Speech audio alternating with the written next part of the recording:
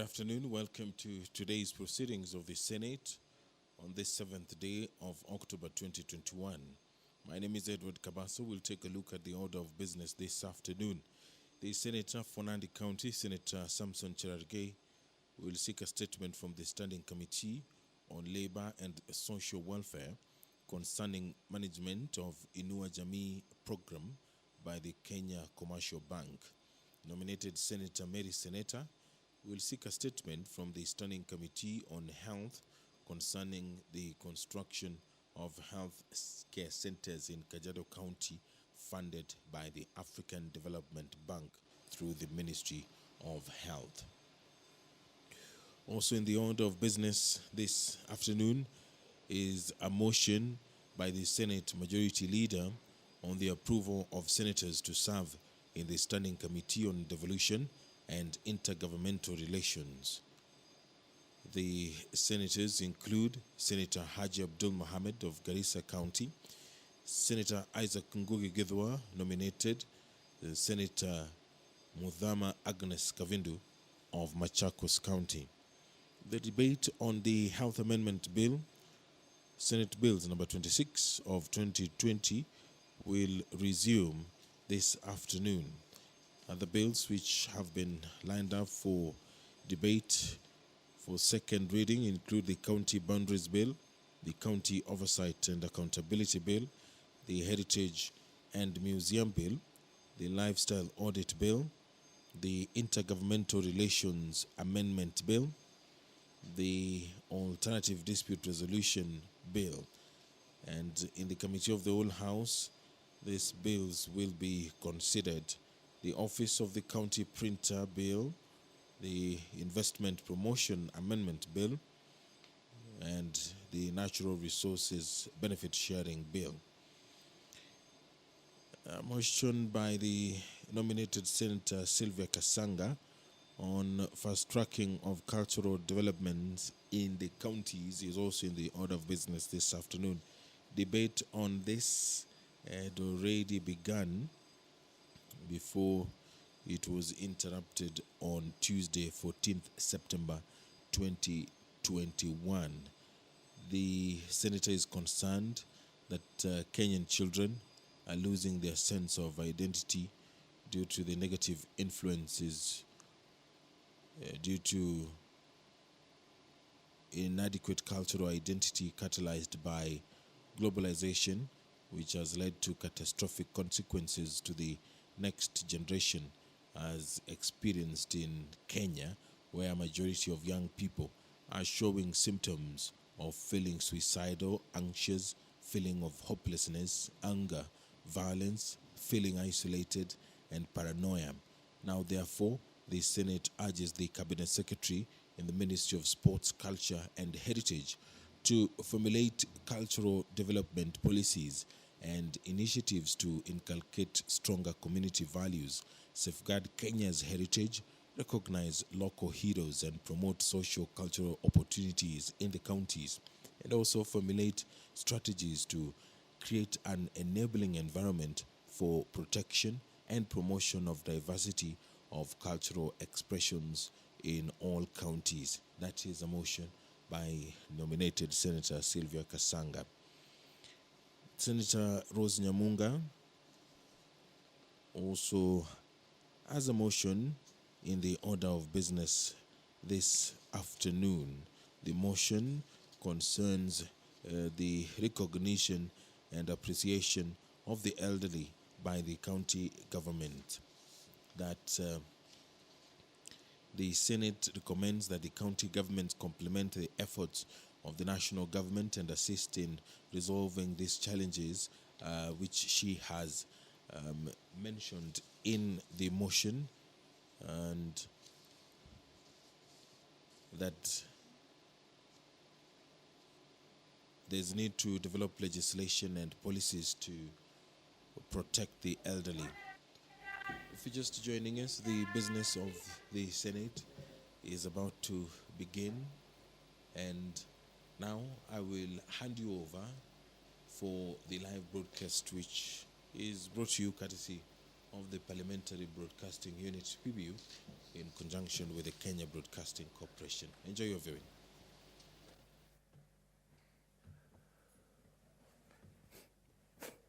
Let's pray. Almighty God, we beseech you to behold with your abundant favor and blessings as your servants whom you have been pleased to call to leadership positions in this republic. We seek guidance to treat and consider all matters that shall come under our deliberation in so just and faithful a manner as to advance the peace, prosperity, and welfare of our country and of those whose interests you have committed to our church. Amen.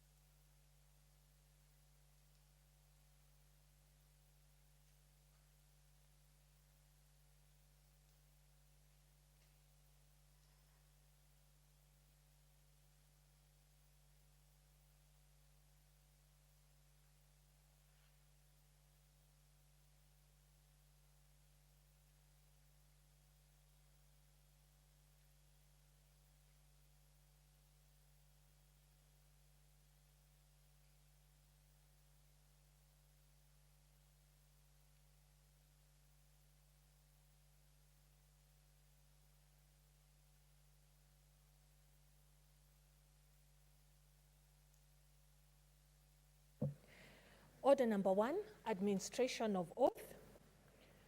Order number 2, communication from the chair. Okay, honorable senators, I have a communication. I would like to acknowledge the presence in the Speaker's Gallery this afternoon, visiting members of the Nandi County Assembly Committee on Labor, Justice, and Legal Affairs. I'll request each member of the delegation to stand when called out so that they may be acknowledged in the Senate tradition. 1, Honorable Joshua Ngetich, Chairperson, Committee on Labor, Justice, and Legal Affairs. Honorable David Buambok, Vice Chairperson. 3, Honorable Dorcas Kirwa, Member. 4, Honorable Trufosa Kuto, Member. 5, Honorable Charles Mayo, Member. Honorable Cleophas Stowe, Member. Honorable Pius Singoei, Member. Ms. Isabella Mayo, Director, Legislative and Committee Services. Mr. Boniface Kipto, Head of Committee Services.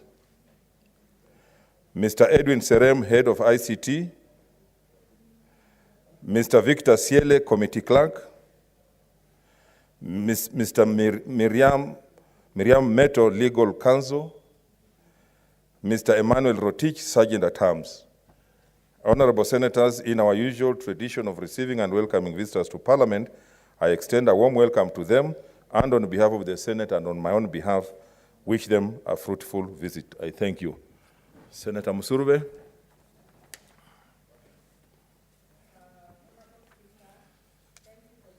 Opportunity, and allow me to join you in welcoming the members from Nandi Assembly, County Assembly, to this Senate. And it's a good thing that they are here, Honorable Speaker, so that they're able to interact with the Senate wing of Parliament, and they know what exactly happens. And Honorable Speaker, when it comes to even issues of labor, what is comes from the national government, the policies should cascade to the county government so that services reach the common man. demand. So it is good that they've come for the purpose of interacting on issues of workers, for the purpose of interacting on even the amount of money that goes out to the counties so that service delivery is effective. So I just congratulate them, and I'm sure they're going to pick a leaf from the debates that are going to happen on the floor of this House, and the legislative also businesses that will be conducted here, Honorable Speaker. Thank you, and welcome members to this Senate. Senator Mwenye Haji Muhammad Faki. Asante Mheshimiwa Spika pia kunipa fursa hii kujiunga na wewe kuwakaribisha wajumbe wa bunge la kaunti ya Nandi wa kamati ya ajira na huduma za jamii. Mheshimiwa Spika, katika bunge hili la Senate kuna mafunzo mengi ambayo wabunge wenzetu wa bunge la kaunti ya Nandi wanaweza kupata hapa ili kuongeza ujuzi na tajiriba katika kazi zao kama wabunge wa bunge la kaunti ya Nandi. Mheshimiwa Spika, masuala ya ajira ni masuala ambayo yako katika kaunti zote katika jamhuri yetu ya Kenya. Juzi wiki iliyokwisha siku ya Ijumaa tulikuwa kwa Mombasa na kamati ya Senate ya ajira na huduma za maslahi ya wanafanyikazi na huduma za jamii, ambapo tulikuwa tunachunguza masuala ya kudhulumiwa kwa wavuvi ama mabaharia wa Kenya ambao wanafanya kazi katika meli za Wachina.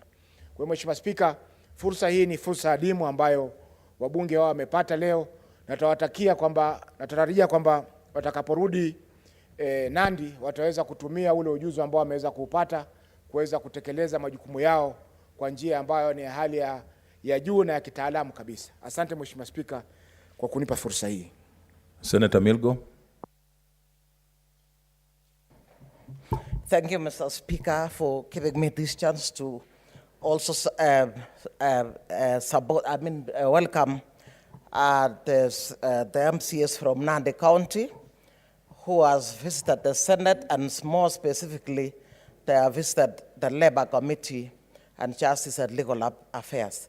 Labour Committee, of course, that is my committee, and I want to really thank them for choosing to visit the Senate and to learn from what is being done in the Senate.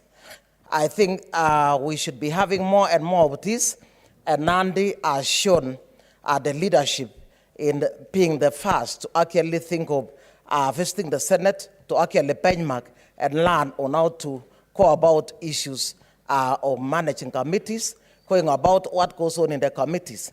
Actually, we sat to them, and from what we spoke to, they did realize that from the Senate, they would have done so many things based on issues, because the Labour Committee is the same issues that are being done in the counties.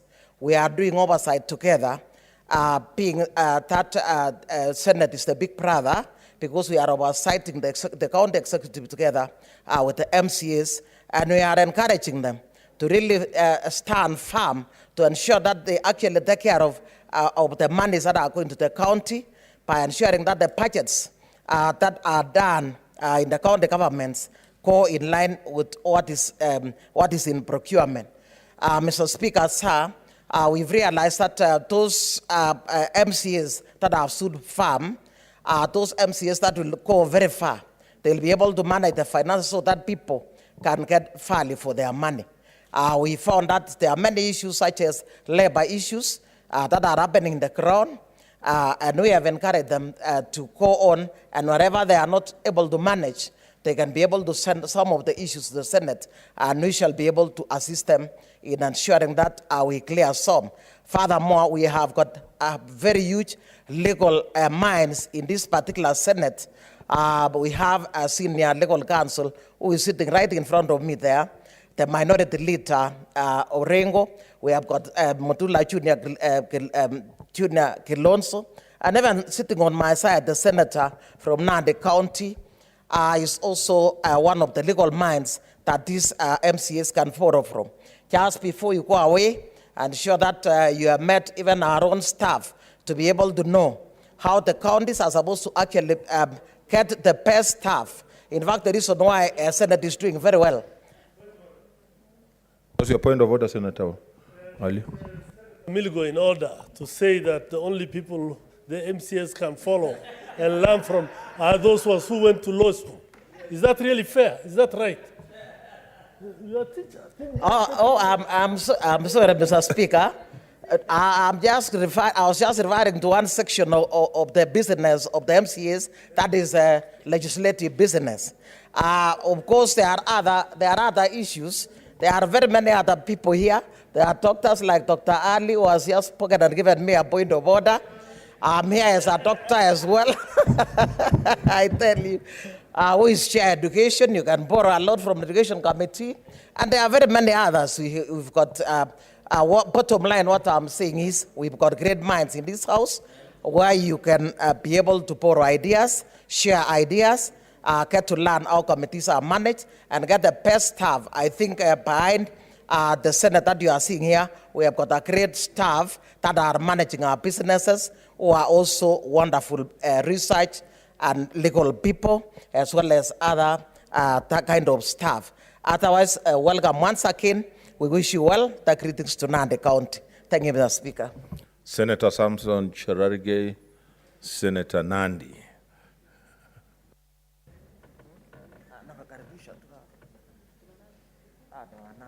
Thank you, Mr. Speaker. On behalf of, I know you have already welcomed, but on my own behalf as the Nandi County Senator, I want to welcome the team from Nandi County Assembly, members of County Assembly, and technical staff, and tell them to feel free and be welcome to the Senate. I know as we work together under Article 96 of the Constitution of Kenya, Mr. Speaker, it is very clear that the primary role that both members of County Assembly and County Assemblies and the Senate is to protect and also oversight county governments. So I want to extend my warm welcome, and I want to thank the Committee of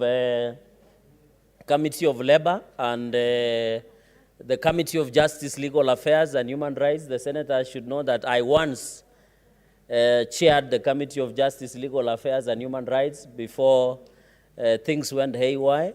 And and also Labor, I was still a member of Labor. But I'm happy that the Senator Sakaja had informed me earlier that they had a successful meeting today with various Joint Committee of JLAC, which my learned senior minority leader is a member, and also the JLAC. And I'm happy that they have made tremendous engagement and capacity building. So I want to really ask my MCAs from Nandi County and the technical staff that feel free, engage the staff. And I know your office, Mr. Speaker, is gracious enough to provide any technical and capacity assistance where need arises for. So my prayer is that as they continue to interact with the Senate, to interact with National Assembly, I think they have realized our roles complement, they don't compete. We complement each other in the roles that we play. So I want to welcome them, to ask them to feel free to engage any member of the Senate, as my colleagues have indicated, any member of the staff, so that we can make the life of the people of Nandi better and the people of Kenya, Mr. Speaker. And finally, Mr. Speaker, Nandi is a source of champions. And we have done tremendous effort in this floor of the House. When I was still the chair legal then, there was an overflow of the address of land historical injustices of Talai. And I want to thank your office then and the Senate, because that report has been adopted. So I hope the Justice, Legal Affairs and Human Rights should just give them a copy, the MCA, so that they can see there's the resolutions we have tried to make, Mr. Speaker, in terms of addressing land historical injustice in Nandi County. So that is another issue that is before, is the upcoming motion on the issue of sports. And you know, Nandi being the source of champions, and one of the maverick or maestro of the athletics world, or the king, King Eliud Kipchoge, who comes from Nandi, and many others, Mr. Speaker. There is a motion coming up, and we know Nandi being the resource, one of our biggest resources, Mr. Speaker, is the sports. So there are many issues, and finally, Mr. Speaker, and I want to inform the MCAs and visitors who are here, they remember last year we fought over the third generation formula, and I want to report to them that they should find, last week we did pass cash disbursement schedule, In this financial year, 2021-2022, Nandi is set to get additional 1.6 billion. So Nandi will now be getting equitable, shareable revenue, Mr. Speaker, from 5.3 billion to now 6.9 billion, courtesy of yours truly and many other senators who fought hard on this floor of the House, Mr. Speaker, during the third generation formula. So I want to assure the senators the MCAs that now when they are budgeting, they should budget comfortably.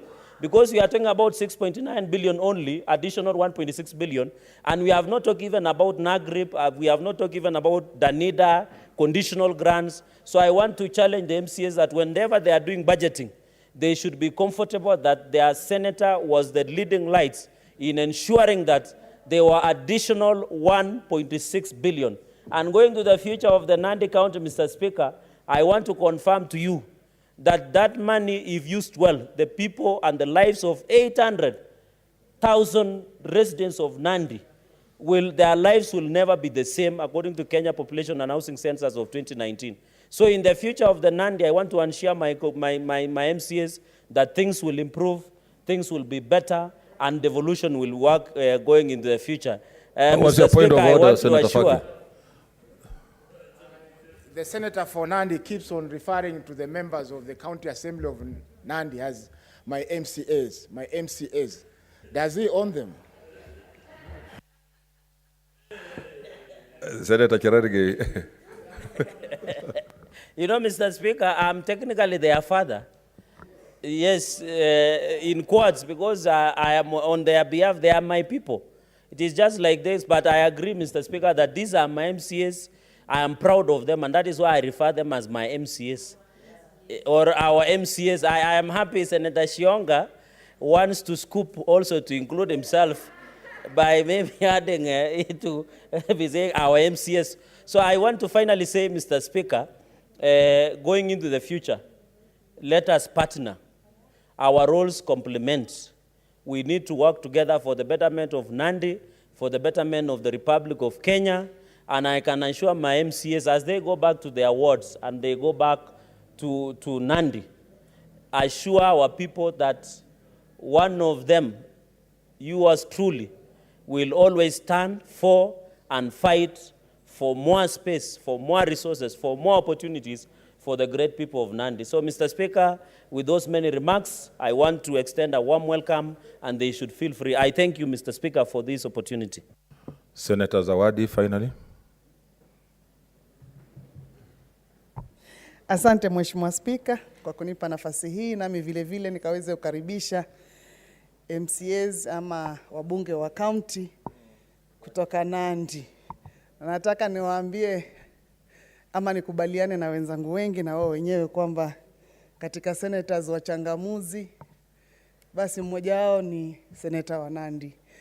Kusema kweli, kama ingekuwa kuzungumza peke yake narudisha mtu hapa bunge, sina wasiwasi kwamba angerudi tena hapa bunge. Na hata hivyo naamini watu wa Nandi wanamuona na wako pamoja naye. Na vile vile nataka niwaambie MCAs kwamba kuweni huru, mnakaribishwa, na pia vile vile mnaweza fika hapa. Mimi ninaizungumza hapa, kipindi kilichopita nilikuwa MCA kule Kilifi, lakini kwa namna zingine sizoweza kuepukika nimejipata niko hapa. Kwa hivyo hakuna lisilowezekana mbele ya Mungu, kila kitu kinawezekana. Ukiwa na bidii na maono, basi Mungu anaweza watangulia. Na vile vile pia katika leba, yani upande wa uajiri, najua saa hii counties ziko na challenges kubwa, hasa kwa upande wa ajiri. Wajiri wengi wengine hawalipwi. Najua hayo mko nayo. Kwa hivyo mkazingatie sana, kwa sababu haja zetu ama haja yetu sote kama senators ni kuona kwamba counties zinafaulu kwa huu ugatuzi, kwamba tukafanya ugatuzi kwamba ilikuwa ni kitu cha maana kwetu sisi kama Wakenya. Karibuni sana, jisikeni nyumbani. Asante.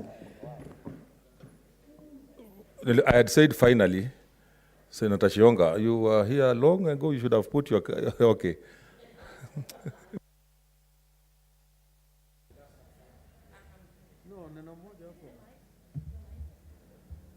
Thank you, Speaker. Thank you for that humble request that I passed through the ICE conduct and then you gave me.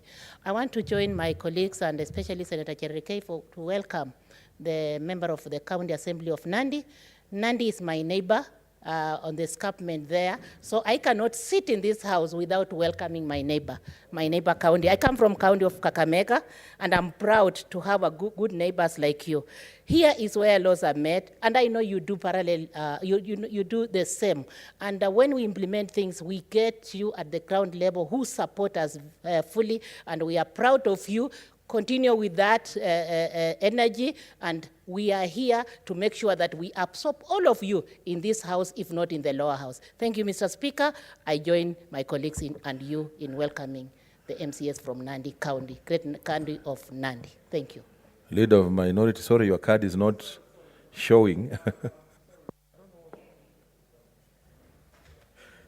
Thank you, Mr. Speaker. I'll be very brief. Let me also join my colleagues in welcoming the team from Nandi, the honorable members for their county assembly, and say that really, without a doubt, Nandi is a county of heroes.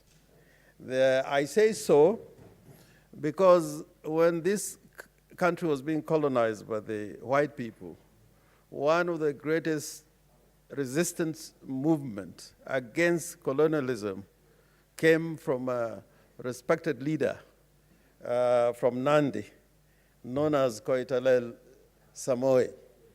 And in that true spirit, I think it is good that you are in this chamber. One of the greatest contributors to this parliament over the years was a Nandi gentleman and lawyer, one of the most brilliant sons of Kenya to have served the Kenyan parliament. Indeed, if you go to the Hansard, you will find the kinds of debate that were taking place in the first Kenyan parliament, and even when Kenya became a de facto one-party state. And as far as I'm concerned, he continues to be, in my estimation, one of the greatest parliamentarians this country has ever produced, Jean-Marie Sorene.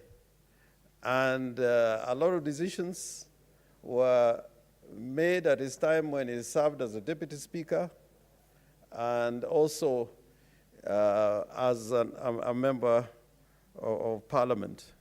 And it shows that anybody from any position can make a contribution. You don't have to be a minister, you don't have to be a speaker.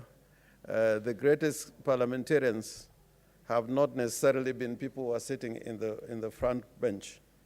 And Jean-Marie Sorene was such a person.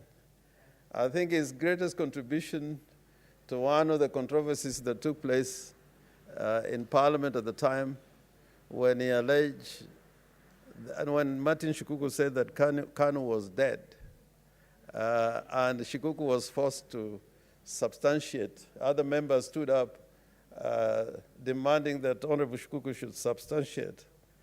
And Sorene came with this quip remark that you cannot substantiate the obvious. And for that, the next day, him and Shikuku were arrested and detained. And we continue to remember him. But having said that, I'm glad this is a committee for labor and justice.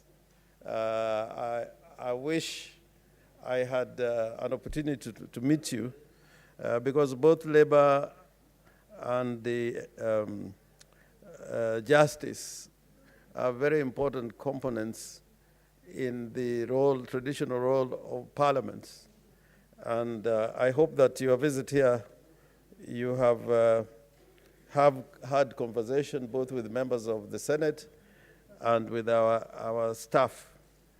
But I think it's important to say that the county assemblies, the word county, should never really feature. I think what is important is that you are also a parliament. Senate is a parliament or a part of a parliament at a national level. The county assembly is a parliament at the county level So you should hold your head high, because when you go to some meetings of for example, the Interparliamentary Union or to the Common Parliamentary Association, you'd find, like from the UK, there are various parliaments coming from Wales, coming from Scotland, coming from Westminster, and those other islands in Great Britain. So I think sometimes we don't give due respect to county assemblies. And I think it is important that you are held in honor because of your status and being a part of the legislature. I hope that in the years to come, and one of the things that I've not seen in Nandi, the Nandi Parliament, I've not seen the kind of rough or riotous proceedings in the assembly. I think you are cut from a little bit of a different cloth from the senator from Nandi. But I agree with Zawadi that the senator from Nandi is truly a great resource person, great debater. I just wish that he would look at the world differently. As other people in your county, there are two Kosgeis, some of the two greatest sons and daughters of Nandi, Henry Kosgei and Sally Kosgei, were members of our party, ODM, and served in the Grand Coalition government. So don't forget us, as we journey towards next year. But otherwise, let me not take too much time. Welcome, and I hope we'll in future have conversation and probably visit your county before we go into the elections, visit the county assembly and have an opportunity to talk to you. Thank you, Mr. Speaker. Thank you, Asante Sana, Leader of Minority, and those who have contributed, especially Senator Zawadi. Tulikuwa tumekosa sauti yako na kile Kiswahili sanifu. Nashukuru sana. Next order. Order number 3, messages. Order number 4, petitions. Honorable Senators, I have 3 petitions. The first one is, I hereby report to the Senate that a petition has been submitted to the Senate by Mr. Mixon Mugo and other patients living with autoimmune disease regarding payment of medical and healthcare costs for persons living with autoimmune diseases by the National Hospital Insurance Fund. As you are aware, under Article 119(1) of the Constitution, and I quote, every person has a right to petition Parliament to consider any matter within its authority, including enacting, amending, or repealing any legislation. Honorable Senators, the salient issues raised in this petition are A, that the right to health is a fundamental human right guaranteed in the Constitution of Kenya under Article 43(1), which states that every person has a right to the highest attainable standard of health. B, that the National Hospital Insurance Fund is a stepped corporation mandated to provide accessible, affordable, sustainable, and quality health insurance for all Kenyans. That an autoimmune disease is a condition in which your immune system mistakenly attacks your body and a cure is yet to be established.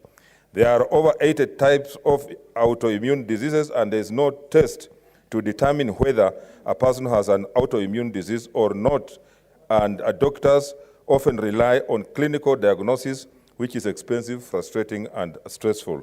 That given that the cure for autoimmune disease is yet to be established, the cost of managing such diseases is extremely high, and a majority of insurance companies do not offer medical cover for patients suffering from the autoimmune disease, majority of whom can barely afford the cost managing the disease. E, that the NHIF does not pay for medical health or healthcare expenses of patients suffering from an autoimmune disease unless the patient undergoes dialysis or undergoes a procedure that is covered by the scheme. That the petitioners have made efforts to have this matter addressed by NHIF and the Ministry of Health without a success. The petitioner therefore praised that the Senate intervenes in this matter with a view to introducing an amendment to the NHIF Act to provide that patients living with autoimmune diseases benefit from payment of medical and healthcare costs by NHIF. Honorable Senators, pursuant to Standing Order number 231, I shall now allow comments, observations, or clarifications in relation to the petition for not more than 30 minutes. I see Senator Cheriot. Thank you, Mr. Speaker, for this chance. I want to make my very brief comments on this very emotive issue. You know, Mr. Speaker, health is a very challenging discussion that we are currently having in our country. Yesterday, I think at the Rise of the House, many members were speaking to various challenges that are faced by our health sector, I think in relation to the bill that has been sponsored by our colleague, Senator Dr. Abdullahi. And if you listen to many of the presentations that were being made by members, then you realize perhaps, with the exception of, say, unemployment and public debt, then our public health system is the next biggest challenge you have in this republic. And us as leaders, we are being challenged continually on what is it that we can do to make sure that we alleviate the suffering that many of our people continue to face on account of our failed public health system. This is one such example, Mr. Speaker. And in fact, from the onset, allow me to disclose that actually I know a brief history about how this petition found its way to the House. I was approached by a young lady that I know, a friend that I went to school with, and she informed me that they were in a consortium of people who have been diagnosed with the various kinds of this particular disease, and the challenges they were facing in trying to secure medication, and the fact that despite this disease, Mr. Speaker, being largely present and being a communal challenge to many of the citizens of this republic, it is not covered by NHIF. Of course, I advised them to present a petition to this House so that through our health committee, because that's the only way that Parliament gets to work, we may be able to put together recommendations, get to hear from NHIF, for example, as they plan this rollout of the universal health coverage that we've been hearing about for almost 4 years now, but with very little results and progress that has been reported. Why, up to this particular point, very prevalent diseases, say like cancer, haven't been included? That includes the medication, the testing, consultation with the various doctors as part of the diseases that are covered by NHIF. Yet we know for the greater part of our population, first of all, the challenge is so bad that first of all we are trying to secure even some foothold for those who can access NHIF. But you know, Mr. Speaker, that through documents that have been presented before this House, NHIF subscription across the country is barely beyond 25% of the citizens, meaning that 75% of the people we represent in this House don't have any cover whatsoever. So we still have a long way to go. But I guess as we speak about the changes that we need to make, this is one such example. Over time, Mr. Speaker, when renal failure became a very pronounced and common occurrence amongst our citizens, it was recently added as part of the diseases that are considered and catered for, whose medication is catered for by the NHIF. And therefore, if you visit many of our county referral hospitals, at least on most occasions, it's not so consistent. There are still challenges. You'll find days that you go, you're told the machine has broken down, the doctors are not properly kitted, and those kind of things. Therefore, you find that the patients still have to resort to private healthcare providers. But by and large, it helps them to get by. And many of the patients who previously being told that they have kidney failures was tantamount to a death warrant or a death wish because they couldn't afford the medication, NHIF has made it possible for them. Now they can receive medication. This is a simple request that these patients are presenting before us. It is not such a difficult thing, Mr. Speaker. I believe in that particular committee, our committee on health, when they invite the experts, because I have seen that this petition, despite being done by ordinary patients, part of the people who undersigned on this petition are the doctors, the practitioners actually who see many of these patients and they know. Because they shared with us the experience and they say, even us as doctors, despite the fact that many of these patients are not able to pay us, you can't sit pretty in your house knowing that a particular patient hasn't seen you at their appointment date because they couldn't afford. So on certain occasions, they are forced even to dig deep into their pocket to pay for some of their tests or to consult for them free of charge. Yet doctors need also to earn their living just like the rest of us, Mr. Speaker. Therefore, I want to plead with the committee led by our colleague from Tanzania, and I believe quite a number of senators who are members in that particular committee, that expedite this petition. I know it's the timeline by our standing orders is 60 days, but this is one such petition that you do not have to wait for 60 days. These patients have been suffering for quite a long time. Listen to them, invite them within a week or so, listen to the specialists, have NHIF come before us, tell us what will be the challenge in including these patients, if there are any statutory changes that we need to make or additional things that we need to do as a people.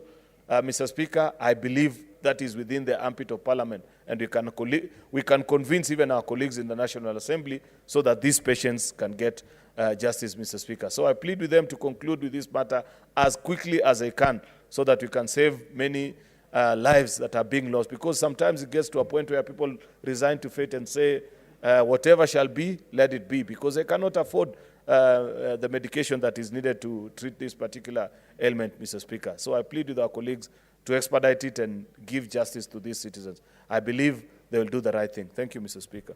Senator Msurve. Thank you, Honorable Speaker, for giving me an opportunity to support this statement. And I want to say, Honorable Speaker, when you look at people who have issues with these diseases, they actually have problem in their immune system because the healthy cells are eroded, and so they are not able to protect themselves in any way, Honorable Speaker.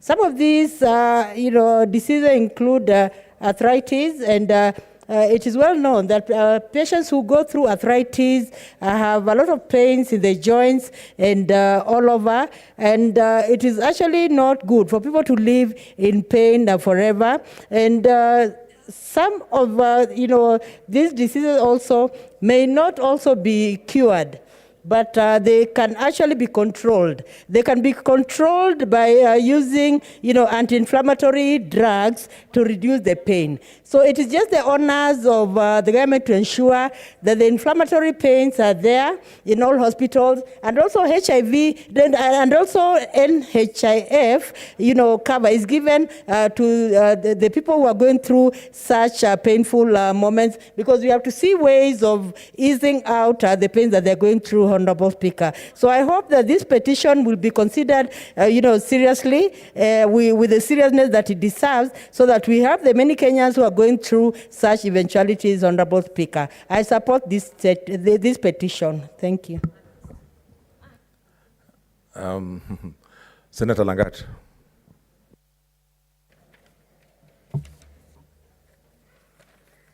Thank you, Mr. Speaker, for also giving me this opportunity to support this particular petition.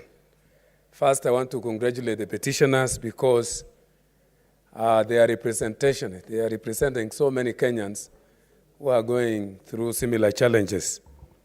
I want also to bring to the attention of this House that, Mr. Speaker, the most expensive thing today in our society has to do with the medical costs. The fundraisings that we are going through in our villages as a result of medical expenses, Mr. Speaker, is so huge. We hear today a fundraising of 3 million, tomorrow another one. It's becoming expensive to our people. This particular petition is almost similar to the statement I brought 2 weeks ago, Mr. Speaker, whereby also asking that the NHIF should cover diseases such as COVID-19 in private hospitals. This was as a result of the fact that I was touched through a person from my village who had a bill of around 3.4 million from the hospital, and they denied him to come out.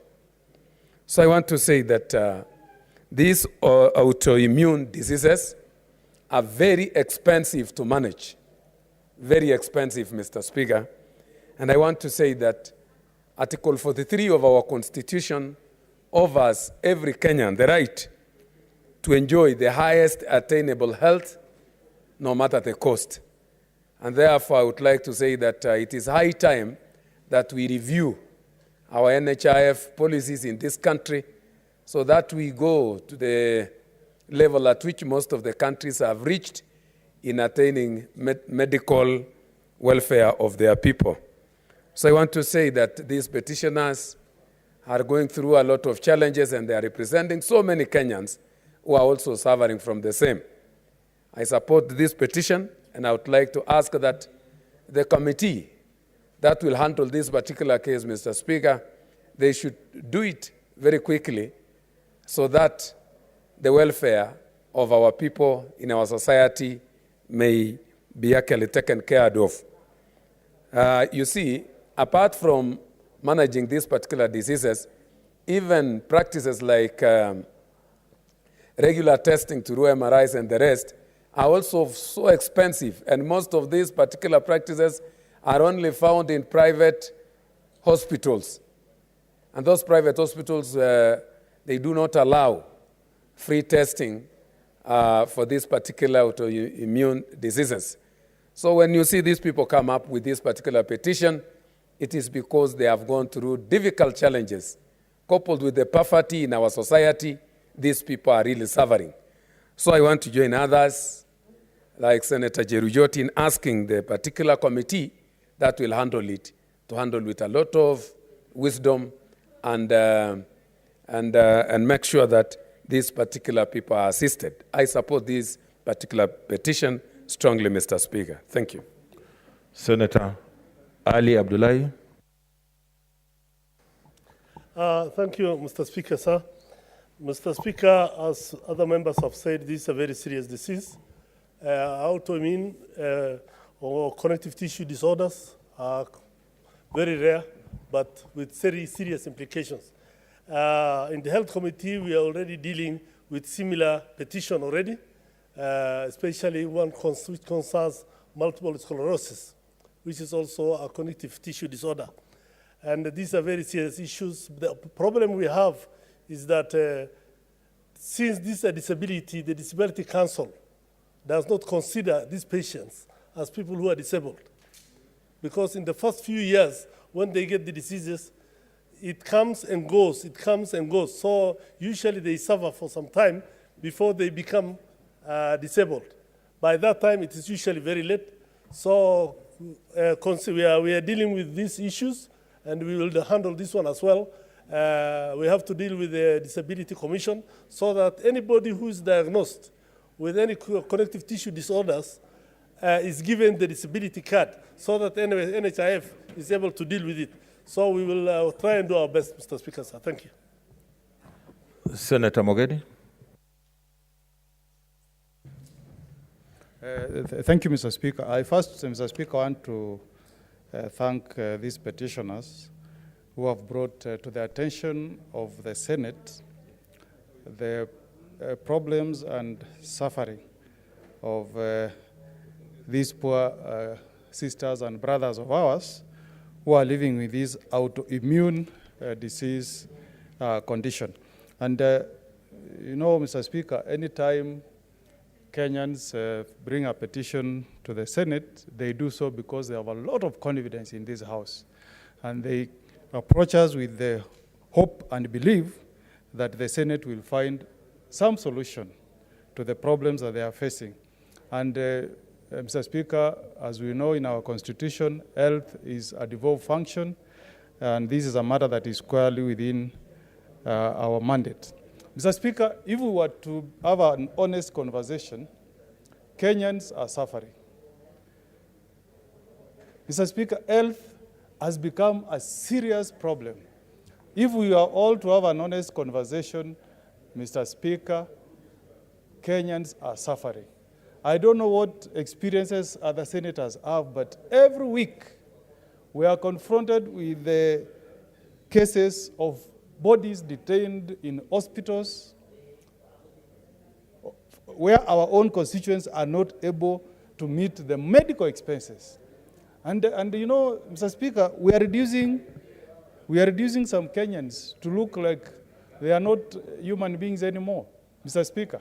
If I give you an example, in my own county, Mr. Speaker, I have a body that is detained at Tenweki Hospital, somebody called Andrew Gechiko Akunga, who has a bill of 558, Mr. Speaker. And the hospital has refused to release that body for the last 6 weeks. Mr. Speaker, how do you detain a Kenyan's body for all that period? And there is no intervention from the government, Mr. Speaker. And I've even raised this matter with the PS. And we know lawyers who are in this house, we know that there is no property in a dead body, Mr. Speaker. So when these Kenyans tell us that they incur between 400 to 1 million shillings expense for treatment, is a matter that calls for the attention of this house, Mr. Speaker. And these are not the only classes. Mr. Speaker, if you are lucky in this house to have parents who have attained that class of senior citizens, they are aged 70 and above, you know that most insurance companies don't want to insure this group of Kenyans. Some of them are former members of parliament. NHIF does not cover a number of illnesses for this card of Kenyans, Mr. Speaker. And these are people who have served this country. These are people who are vulnerable. They are earning power as things gone down, but we don't care. So I'm hoping, Mr. Speaker, even as we look at this special class of people who are suffering with this condition, we can also address the plight of our senior citizens, Kenyans who are over 70 years. Mr. Speaker, if you go to the US, the Medicare takes care of Americans above 65 years for free. You will be treated in any hospital, Mr. Speaker, and the government will meet those medical expenses. If you go to Australia, Mr. Speaker, people suffering from cancer, if you have a prescription and you go to a private chemist, you just present the bill, Mr. Speaker, and the government meets those expenses, Mr. Speaker. So the fact that we are privileged to have a medical insurance that can take care of our treatment should not make us to forget the plight of our people.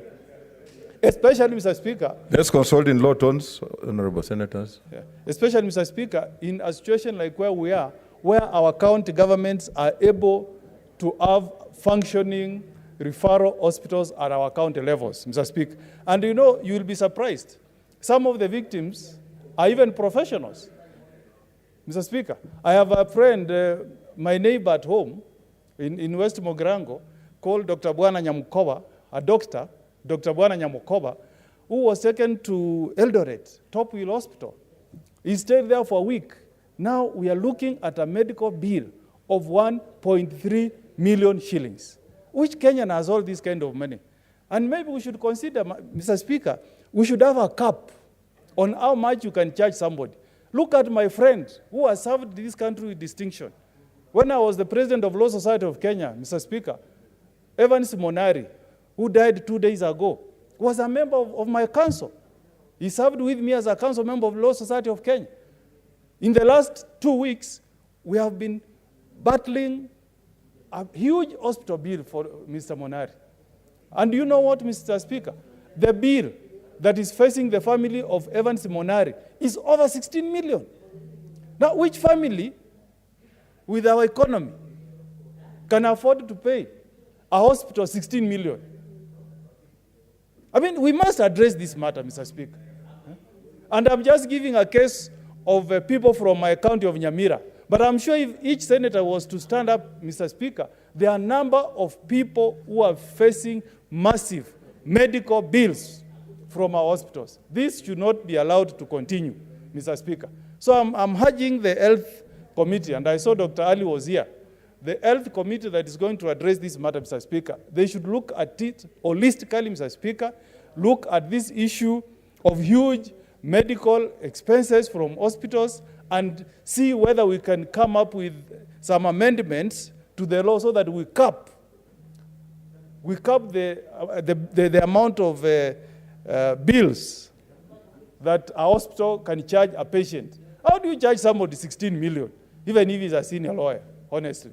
So I'm really hoping, Mr. Speaker, that this matter will get our urgent attention as a House. But the appeal I'm making to all of us, Mr. Speaker, that we are staring at a crisis. Healthcare is a big crisis in this country. These are the problems I'm getting every day from my county of Nyamira. So I really urge the country, even if the CS for Health is listening to me this afternoon, let's do something to reduce the suffering of Kenyans. I support, Mr. Speaker. Thank you. Finally, Senator Zawadi. Asante Mheshimiwa Spika. Nami pia vile vile nimesimama kuunga mkono malalamisho yaliyoletwa kwetu kuhusu mambo ya afya. Na hasa kuhusu kadi za hospitali, yani NHIF. Kusema ukweli Mheshimiwa Spika, kama tujuavyo, watu walikufa zamani tukiinukia watu wanakufa, lakini hivi sasa watu wanakufa zaidi. Na wengine si kwamba wanakufa kwa sababu hawangeweza kupona, ijapo kufa ni kwa Mungu, Mwenyezi Mungu ndio huchukua roho, lakini vile vile wanakufa kwa sababu walikosa matibabu yaliyohitajika kwa wakati unaofaa. Na nitapeana mfano wa hawa watu wa corona. Corona, Mheshimiwa Spika, ilikuja ni janga la taifa, si janga la mtu mmoja na si janga la mtu kujitakia wala kulileta. Lakini kusema ukweli, ukiathirika ama ukipata ugonjwa wa corona ufike hospitali, iwe ni mambo ya kuwekwa kwa oxygen, uko na shida. Manake pale ukiwekwa ICU siku 2-3 utaambiwa ni laki kadhaa. Na Mheshimiwa Spika, kama unavyojua taifa letu la Kenya kwa sasa, shida zimejaa tele. Huyo mwenye mgonjwa lishe yake yamshinda kupata chakula cha siku moja tu, ama wacha siku moja, lishe ya masaa ile asubuhi, mchana, jioni pia hawezi. Malaki haya yote atayatoa wapi? Vile vile Mheshimiwa Spika, ugonjwa wa kansa. Kwanza nasikitika sana ninaposema ugonjwa wa kansa, manake mara nyingi kina mama ndio ushikwa na huu ugonjwa. Hivi ninavyozungumza, juzi nikitoka county nikija hapa, nilienda kutembelea mgonjwa mmoja ambaye nilihusishwa niende nimuone, akiwa ni mama anatoka anatoka constituency ya Magarini, wodi ya Garashi, kijiji cha Bate. Huyu mama ni mtoto mdogo, ana watoto 2 peke yake na anyanyonyesha mtoto mmoja. Mtoto mmoja ni mdogo, hajaanza hata kutembea. Ana kansa ya matiti huyu mtoto. Na ile kansa ya matiti, titi moja haliwezi, lile titi analonyonya ule mtoto ni lile ambalo liko na hiyo kansa. Sasa najiuliza, hii kansa sijui kama husambaa, kama hurithiwa, na kama inarithiwa yule mtoto anayenyonya sasa atapata huo ugonjwa. Sasa basi nikaifuatilia nikaambiwa hapo ilipo inaweza tibika, lakini dozi moja yake nataka 26,000. Huyu mama hawezi pata hata 1,000. Hata kwanza nikitoka hapa nitakufuata wewe na wale senators ambao wako hapa, mnisaidie angalau kupata dozi moja, alafu zile zingine nitangangana. Lakini Mheshimiwa Spika, kuna haja ya hizo kadi za hospitali zisimamie hayo magonjwa. Kwa sababu ni ugonjwa ambao hatujui unakuja vipi na unaingia vipi ndani ya mwili. Mtu ujipate uko nao. Na kama kadi itasaidia mtu wa malaria mimi peke yangu bila kwenda hospitali naweza ngangana na mtu akapona. Lakini kansa ni ugonjwa ambao unahitaji watu wengi wakusanyike mahali pamoja. Taifa la Kenya lichukue jukumu la kuangalia watu wake. Watu wanaoshikwa na yale magonjwa ambayo mwanadamu hayawezi peke yake kujisimamia, basi taifa likasimamie na kaweze kupata matibabu hayo. Mimi naunga mkono yale malalamishi kwa dhati na nguvu zangu zote, na vile vile nawasihi wale waliomo kwenye hiyo kamati ambayo itaangalia mambo ya afya izingatie sana masuala haya ili tukaweze kupata majibu. Kama ujuavyo Mheshimiwa Spika, ukiwa mjumbe ama ukiwa mbunge, wewe sasa uko na taaluma zote. Yani kama ni daktari, wewe ndo watakufuata, wanataka msaada wa daktari. Kama ni walimu, watakufuata wewe, wanataka pesa za kwenda shule. Kwa hivyo matatizo mengi ambayo yanakumba wananchi wetu sana sana wanakimbilia viongozi, ambao viongozi ni sisi. Nasi basi tuchukue jukumu hili la kusii serikali kwamba ikachukue majukumu yake, nasi tukaweze kupumua angalau kidogo, tufuate mengine mengine ambayo serikali inaweza chukua ikaweze kuchukua. Asante Mheshimiwa Spika. I had said you are the last one, but I can see Senator Wako Naomi virtual. Senator Naomi Wako. Thank you. Yes. Thank you, Mr. Speaker, sir. Okay, yes, we can see you. Yeah. Thank you, Mr. Speaker, sir. I want to thank you for giving me this opportunity to support this because of the sufferings that many Kenyans are going through. Mr. Speaker, sir, as we know that economically we are not doing well, and many families are facing a lot of challenges financially with the hardship that they are going through. Mr. Speaker, sir, in my county, Marsabit County, almost every day as leaders, we are involved in fundraising because of health matters. People have sold the animals they have. The drought is already wiping all the animals. They have a lot of problems. They cannot support their health, needs. And I fully support this because I know even currently, in fact, even this weekend, I have 3 fundraising that I'm participating in as a result of this. So if our government can take this up and take care of the people who are suffering, then this can give a lot of relief to the people who are already facing a lot of challenges. Mr. Speaker, sir, we know that especially the elderly people have a lot of challenges because they cannot even have medical insurance because of the rules that are there. And if we can have NHIF to take care of them, this can really help people. Mr. Speaker, sir, I just want to support this and pray that the Health Committee will give this full attention, all the attention it deserves, so that the recommendations they make or we make as a house will help the Kenyans who are suffering. There are many Kenyans in our hospitals who are held up there and they cannot get out of the hospitals because of the hospital bills. There are many Kenyans who are at home who cannot take care of themselves because of the bills. They fear that the bills, they cannot be able to meet the medical bill. And as a result of that, they get stressed. And in fact, they don't even die because of the sicknesses that they are going through, but they are dying as a result of the stress that they are facing. I therefore support and believe that the Health Committee will give us a good way forward that will help Kenyans. Thank you, Mr. Speaker. Senator, take your seat, Senator Sylvia.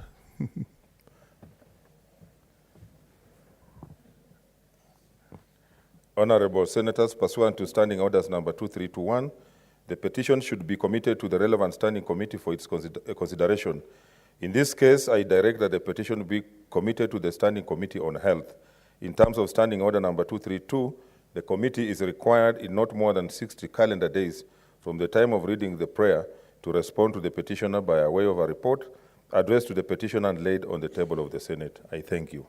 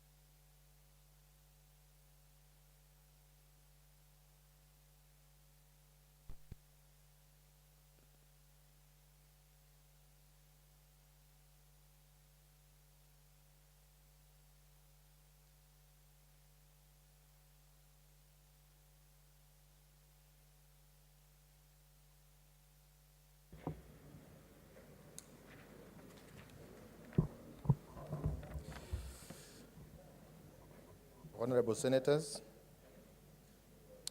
I hereby report to the Senate that the petition has been submitted to the Senate by Mr.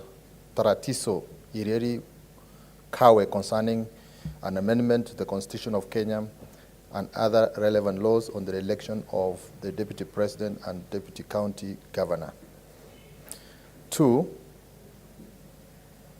as you are aware, under Article 119 sub-article 1 of the Constitution, and I quote, "Every person has a right to petition Parliament to consider any matter within its authority, including enacting, amending, or repealing any legislation."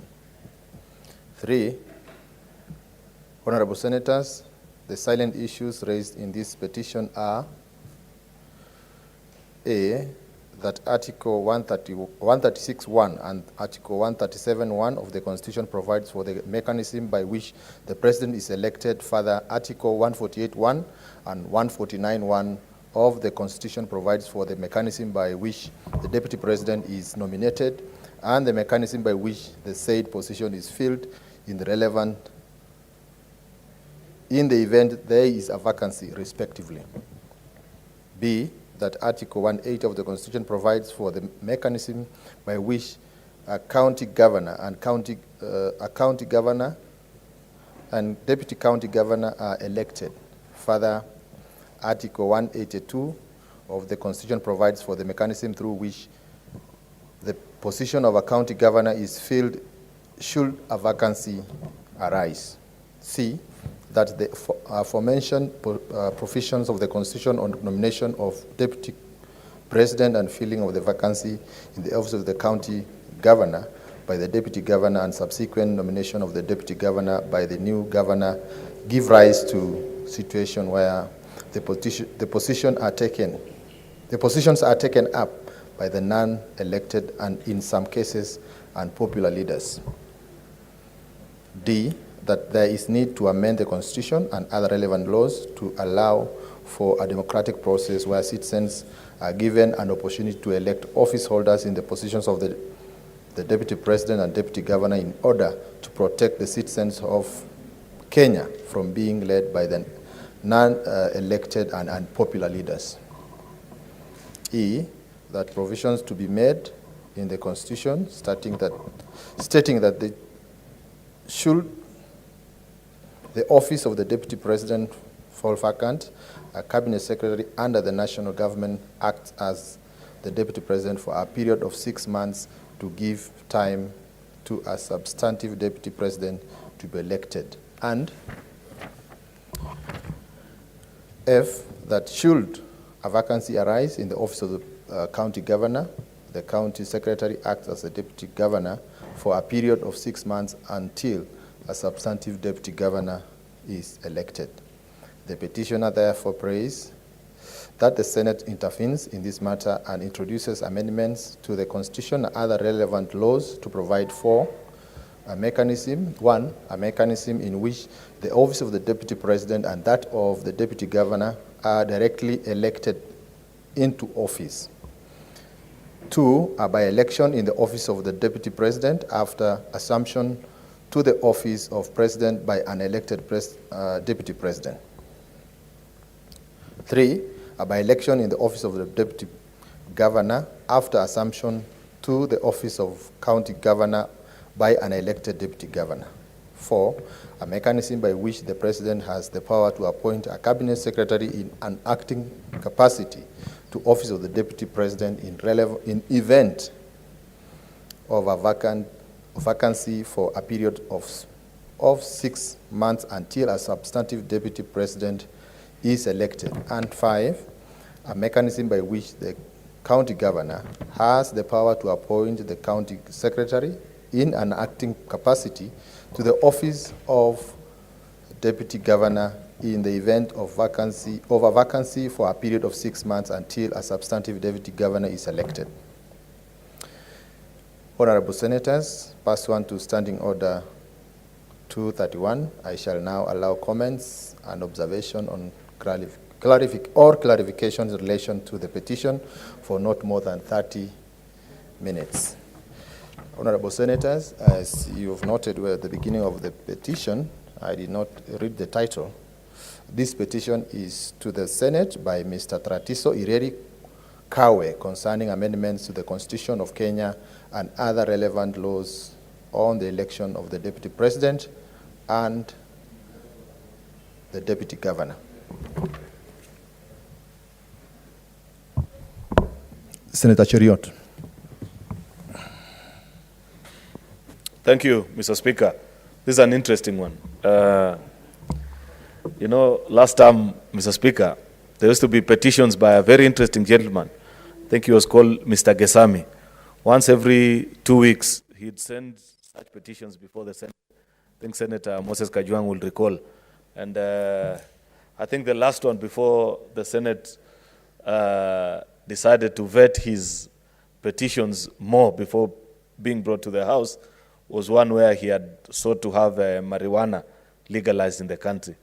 And it was an interesting afternoon because one of the presidential candidates, I wish Senator Omogeni was here, because his predecessor stood in great defense of that petition. And this has reminded me of one similar petition, Mr. Speaker. Not that it doesn't merit, but it presents issues which, first of all, the petitioner assumes can be addressed by way of election, but also seeks our advice, because petitions by their very nature don't come with the resolutions. The Senate comes and resolves a particular matter, either advice and says, this is the right procedure to follow if you want to handle a particular matter. This is one such petition. But not to deny him, this gentleman, his right to petition this House, Mr. Speaker, he actually raises very valid concerns about the existence of these offices of deputies, both at both levels of government. That is a deputy president for the national government and deputy governors for the county governments, Mr. Speaker. The truth of the matter is that if you're a keen follower of the happenings in our country, then you'd notice that actually, indeed, we do have a problem. It is not only at the national level that the relationship is dysfunctional, and that is much of this second term of their reign. But if you go to the county level, many of the deputy governors will tell you, and you remember there have been even petitions before this House on reports, things that governors have done, either they have withdrawn all allocations to the office of their deputy governors. Some even don't have, secretaries, security, official vehicles. They are denied fuel. You know, there were so many instances littered across the country of people who are elected together as a pair, but when they get to office, things happen. Therefore, I think the constitutional architecture of these deputies, Mr. Speaker, assumed that many will rise to the call of leadership and be civil, be decent. Once you're elected with someone, you may not necessarily have to read from the same script on almost everything. And examples abound world over where people have been elected. We borrowed this kind of system from the United States, where you have a president and a vice president, a governor and a lieutenant governor. And on many occasions, they may agree, but there may be instances where a particular issue is dear to the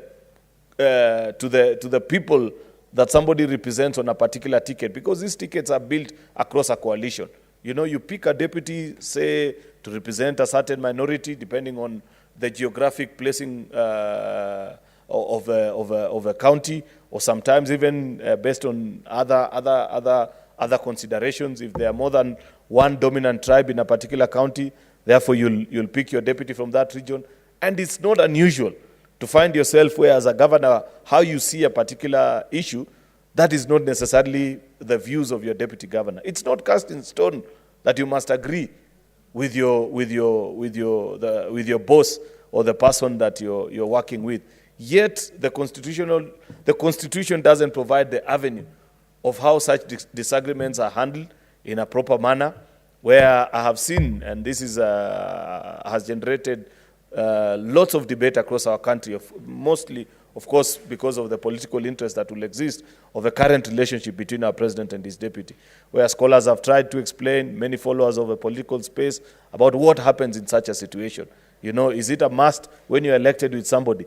Must you agree with them on absolutely everything, even the things that you know very well that when you went out to seek the mandate from the people, those are not the promises that you made? Is it a must that when he takes a particular direction? I hold a contrary view to those who believe that this is the particular way. And there are many examples with which you can cite. Of course, the most recent one being between President Donald Trump and his deputy, Vice President Mike Pence, when Donald Trump trying to get him, during the confirmation of votes from the various states, to sort of subvert the will of the people. He wrote a very polite letter to his boss and said, unfortunately, my conscience wouldn't allow me to do this. These are such instances, and there are so many other examples. Unfortunately, in our current situation, and this is part of the reason why people are beginning to send such petitions to this House, there is need perhaps to classify what will be the responsibilities of a deputy governor in a particular jurisdiction or a particular county. Are they, once you're elected together as a pair, if the governor chooses, for example, to completely ignore you, not listen to your ideas, do not assign you any particular functions, what remedy can we provide in law? It's not something quite easy, because as you take up to be one's deputy, it is based most of the time on mutual trust that the person, once you get to office, you shall run and govern together, enjoy that the things that the promises that you made, ensure that you assist each other to particularly achieve them. Yet, on most occasions, I can bet if we did a survey today, out of the 47 county governments that we have in this country, you'll be lucky to find more than 7 or even more than 5 pair who still work and refer to each other and work together. Most of them, they no longer see eye to eye. They'll tell you the last time they spoke was probably during their inauguration. And since that time, no reference has been made to them. Some actually who are still working together is because perhaps the deputy has chosen for the comfort of their salary and not to lose their official car, just to continue to be referred to as deputy governors. They have chosen the peace and the path of just laying low like an envelope, as is often said. Yet, in reality, they are not actually living up to the dictates of our Constitution. It's a challenge, and I do not know which committee you will refer this petition to. Perhaps maybe Justice and Legal Affairs. In your own discretion, Mr. Speaker, you'll determine which particular committee to refer this petition to. But their findings will be quite interesting, because it will be good for us, having reflected on 2 terms of a president and his deputy, though the same team, and 2 terms of various county governments, and seeing these challenges that arise. It will be important for them to provide an avenue, or perhaps suggestion. If they consider that there is need for a constitutional amendment, there's no problem. I believe if there is goodwill, we can raise the 45 senators that are needed and pass any of these amendments for responsibilities and duties in the office of a deputy president and that of a deputy governor, as I think that most likely seems to be the desire and the direction that this petitioner wants. Of course, he also wants us to provide an avenue for replacing those particular people, because even today, as things stands, through the County Governments Act, at least we've made it possible for governors to be able to nominate their deputies. But you remember the Nairobi County Government situation, where Governor Sonko stayed for more than 2 years, I think close to 3 years, without a deputy. There was a lacuna in law. There's nothing we could do. At least thanks to the amendment that we passed in this House, and our colleagues in the lower house agreed with us, this problem is no longer with the deputy governors. But at the national government, if there was to be a vacancy in that particular office, either now or in the future, there is no proper provided mechanism for doing it. And that's the other challenge that he thinks we need to provide, either by way of election or a nomination. Let it be clear so that we don't leave it to people's imagination. Therefore, Mr. Speaker, I look forward to hearing what will be the thoughts of our colleagues who serve in that particular committee on this particular issue. Is it possible to give responsibilities that are as per the dictates of our Constitution, or either an amendment to the County Government Act, so that at least we ensure those who serve as deputy governors, because that will be of much interest to this House, being the first House and the father of devolution, or even at the national level, such that it will no longer be business as usual. Because indeed, there is a problem, and we must concur that there is need. Many people don't agree on how to solve it, but at least the opinion is unanimous that indeed there is a challenge, and the overall drafting of those particular 2 clauses of a constitution were not quite as elaborate as they should have been. Thank you, Mr. Speaker.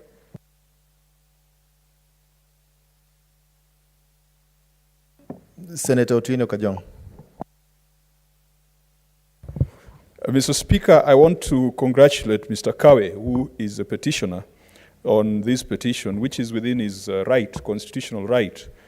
And I think what we cannot delve into are the merits or demerits of that petition. The petitioner has asked Senate to consider making certain constitutional amendments to give effect to some of the prayers that he has put in that petition.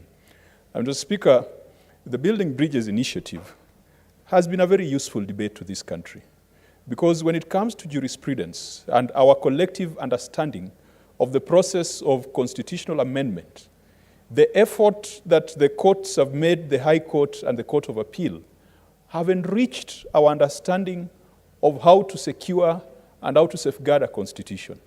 And Mr. Speaker, whether you supported the Building Bridges initiative or not, one cannot fault the courts of law for some of the pronouncements they made.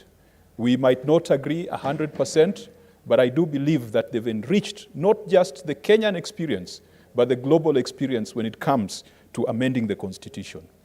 The petitioner could have decided to invoke the provisions of the Constitution, which allows a member of the public, through popular initiative, to propose amendments to that Constitution. And I want to remind the petitioner that despite the response he's going to get from the Senate, he still retains that right if he feels passionately about it, and if Senate does not initiate the necessary amendments that he has put in his prayers, he can still pursue the option that is available to him in the Constitution. But as one legal scholar said, that the problem in Kenya is constitutions without constitutionalism. And so many a times, we want to tailor our constitution with individuals in mind. Sometimes you find that you don't like the deputy president, and so you want to change the constitution to make life uncomfortable for the deputy president, not knowing that tomorrow the person you like could be the deputy president. And then you'll find yourself in a bind because you had created hell of that position. And so, Mr. Speaker, I want to encourage that even as we think about the constitutional amendments that are good for this country, let us not have individuals in mind. Let us have posterity in mind. If you are to ask me, Mr. Speaker, what do we need to do around the offices of the deputy president and the deputy governors in counties? Number one, just like in the United States of America, the deputy president should not be an idler, like is the case today. Mr. Speaker, Kamala Harris presides over the Senate. What stops the deputy president from becoming the leader of government business in parliament? Because as it is now, Senator Pogisio, distinguished Senator Pogisio, is a leader of majority in this house, and perhaps he only sees the president on television.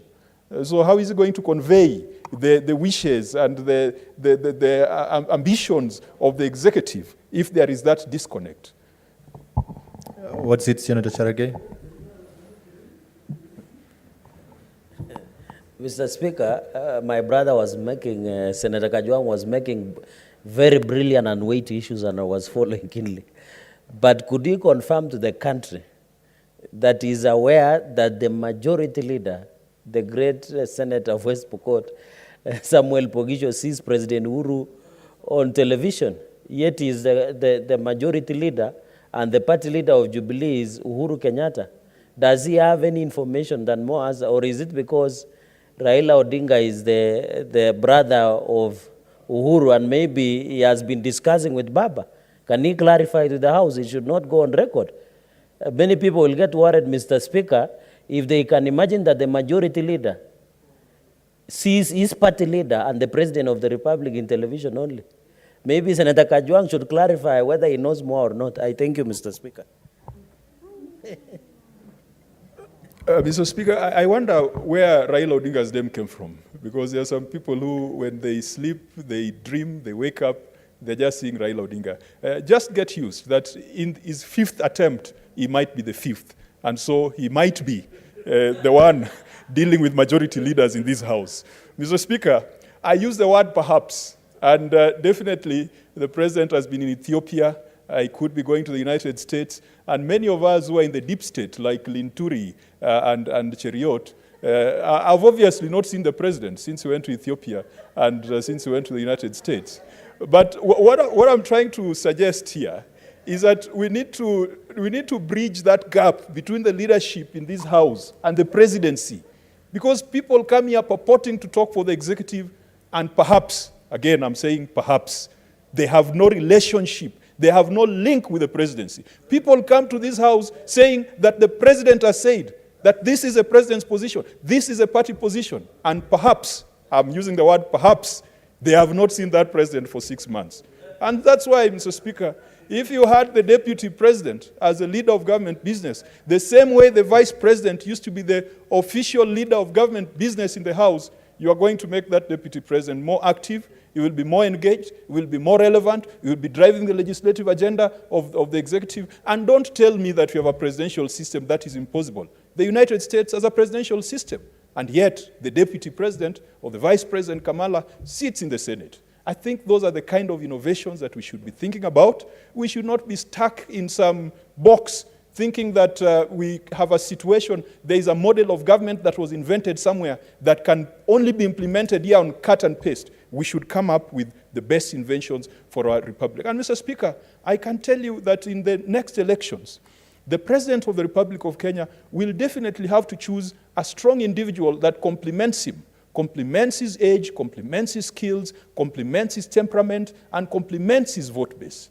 Mr. Speaker, that person cannot be kept in an office somewhere just waiting for deployment. Those are things that happened with Daniel Arap Moi. We need to look at the content of the office of the Deputy President and the content of the office of Deputy Governor.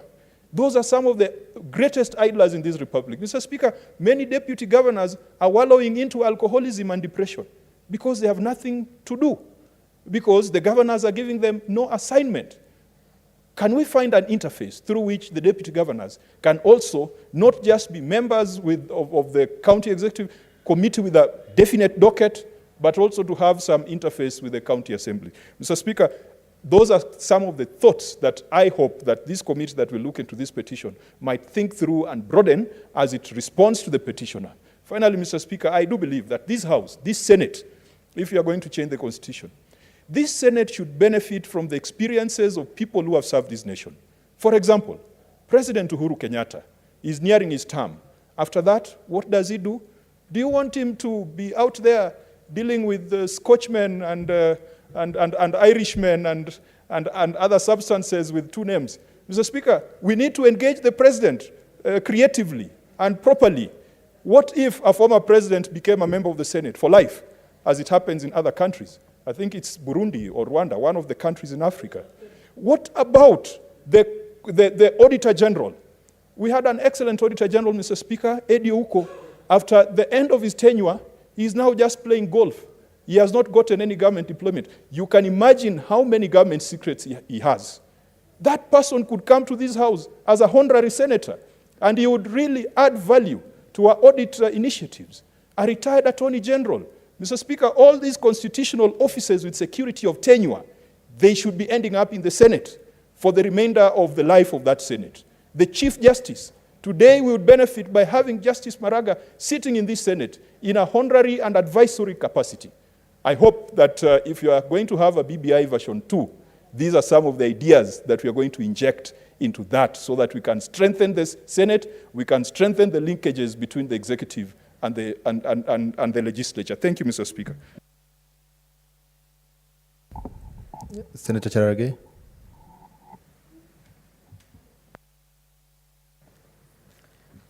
Thank you, Mr. Speaker. I want to congratulate the petitioner for bringing this issue before the Senate. I think when I sat there, Speaker, as you read this petition is very interesting. I want to agree with my colleagues, many of them, in what they have said.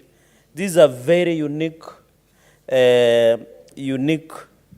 petition that intends, because when you look the reading of Article 148, election and swearing in of the Deputy President, for example, it is mandatory that anybody who wants to become the President of the Republic, Mr. Speaker, is to nominate. And in fact, when you are doing swearing in of the President and the Deputy, it is done. And that is why it's called the presidency. But looking at the design and the way this Constitution, the architecture and design, trying to look at Article 152, the provisions of Article 144 and 145 in the election of the President and the Deputy President, it says relating to the removal of the President shall apply with the necessary modification to the removal of the deputy president. But it is silent on what happens. So I think when you look at the reading and the design of this constitution, they did not envisage that a deputy president and a president shall be in office, and they don't see eye to eye, Mr. Speaker, as it is happening at the moment, Mr. Speaker. So when you look at the country,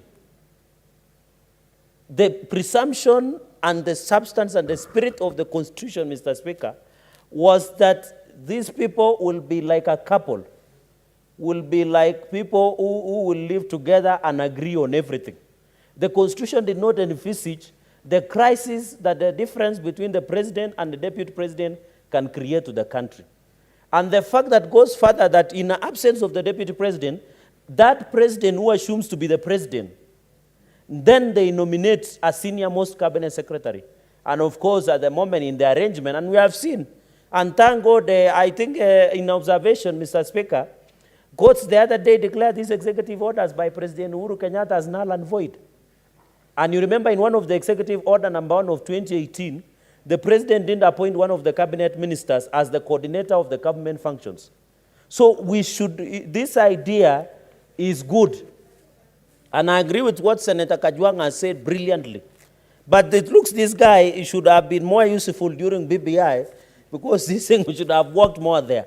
But looking at the arrangement that we have at the moment, Mr. Speaker, the president and the deputy president, it is in public domain, they don't see eye to eye. You have even this thing has taken spiritual angle. You can see the bishops and the religious leaders are now trying to bring the president and the deputy president together.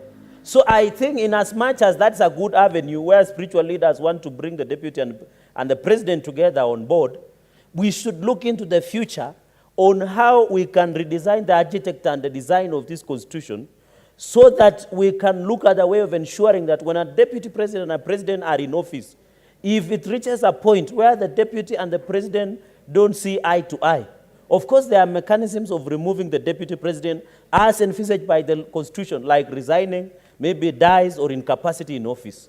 But what should happen in a situation where the president, God forbid, is incapacitated or resigns or is impeached by this House? So we should be looking at the constitutional amendment, but unfortunately, Mr. Speaker, and we have seen, since the second term of Jubilee, you have seen and everybody knows that the president and deputy president, because the president has decided, in fact, the president, Uhuru Kenyatta, has technically appointed another deputy president by the name C.S. Fred Matiang'i through executive order of 2018. So technically speaking, and in terms of operation of the government, we don't want where a president is bypassing the deputy president, Mr. Speaker. Mr. Speaker, when you look at Article 255... Is it Senator Kasanga? Mr. Speaker, I would like to ask the Senator of Nandi to just clarify, in case I might have heard him wrong, because Article 148(7) does provide that the deputy president may resign from office at any time by notice, in writing, addressed to the president, and the resignation shall take effect on the date and the time specified by the notice, if any, and it goes on. And I'm just wondering, because he said that there is no provision in case the deputy president and the president are not seeing eye to eye, but I see that provision here in the Constitution. So maybe you can clarify that.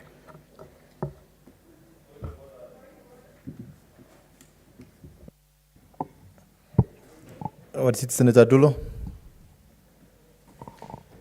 Mr. Speaker, is Senator Cherargei in order to lie to the country and this House that the President has appointed his deputy in the name of one C.S. Matiang'i? I thank you.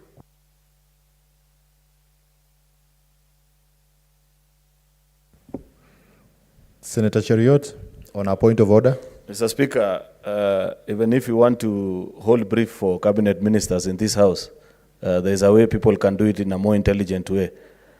First of all, it is wrong to allege that a colleague has lied. That word is unparliamentary, and the deputy minority leader must withdraw and apologize to Senator Cherargei. If she doesn't, Mr. Speaker, you know what needs to follow. But second and most importantly, is that I think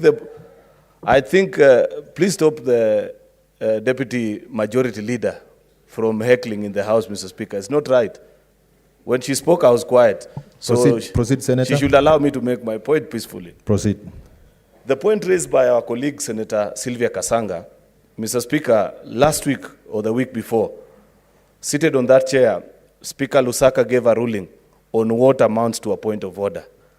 That if you feel that in the course of making their contributions or submissions, a particular member has run afoul of the provisions of a standing order, you first point out which particular standing order they have violated. I do not think there is a way in which Senator Sylvia Kasanga can accuse Senator Cherargei of having run afoul of any particular standing order, because the provisions she's pointing out to Senator Cherargei is a point of debate, because it's just one of the provisions through which somebody can leave office. So that's, if she feels that an avenue that needs to be exploited, I believe she's now a very well-versed legislator in this House, having her 4th year. She knows that she can make her request to speak, and during her contributions, then she can provide that avenue. But it's unfair to interrupt a colleague with frivolous points of orders that do not amount to points of order, Mr. Speaker.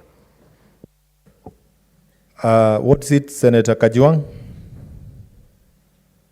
Mr. Speaker, there is a standing order, there's a rule on imputing improper motives on fellow members. And you notice that Senator Cheriot himself did not cite the standing order under which he rose. He attempted to usurp the duty of the chair, of the speaker, to determine whether Senator Kasanga was right or not. And he went ahead, Mr. Speaker, to impute improper motives on Senator Kasanga and Senator Fatuma Dulo. Mr. Speaker, this reminds me of Chinua Achebe when he said, things fall apart, the center cannot hold. The level of indiscipline, the level of... Senator Cheriot is supposed to be listening to the Deputy Majority Leader, none other than Senator Dulo. How can he impute improper motives that Senator Dulo is holding brief for a cabinet secretary when not too long ago, Mr. Speaker, 2 weeks ago, Senator Cheriot and Senator Cherargei were roasting me for implying that Senator Cherargei was holding brief for CS Keter. Mr. Speaker, is it in order for Senator Cheriot to impute improper motive on the part of distinguished senators in this House? Order, senators, we have to proceed. Rules are clear, honorable senators. If you stand on any point of order, you point out the standing order. Mr. Speaker, allow me, and I would advise my colleague Proceed, to Senator be listening Cherargei. to my submissions, because I was just bringing the reality of what is happening, and this is a matter in public domain. There is Executive Order number 1 of 2018, and we should understand what the English means. I say technically, because as we talk, the arrangement that we already had, and I've said President Uhuru technically has appointed this deputy president outside the elected deputy president by the people of this republic. And therefore, I was just bringing the reality of what Kenya is undergoing through vis-a-vis the vision and the architect and design of the Constitution of the Republic of Kenya. And that is why I'm saying this debate is very healthy. What this petition has brought has brought us to reality of what is happening. We cannot rely on the spiritual leaders. Every time a deputy president and a president differ, we run to the religious leaders. Every time a governor and deputy governor differ, we go to the wazee or elders, Mr. Speaker. Elders have more responsibilities than listening to political differences between a governor and deputy governor, Mr. Speaker. So this debate we are having is very healthy. And I want to advise my colleagues that it is known, it is in the public domain, that the President of Kenya and the Deputy President of the Republic of Kenya don't see eye to eye, and it is in the public domain. So, and I think, Mr. Speaker, you need to protect me from Majority Leader. When she was talking, I was listening religiously like a good schoolboy. But when I'm talking, because I'm taking the point home, but not going to Rome, she's uncomfortable. But I want to say that, Mr. Speaker, and also on the issue of Article 255, because the only thing, as I conclude, Mr. Speaker, when you look at the amendment of this Constitution, I've seen he has alluded to Article 255.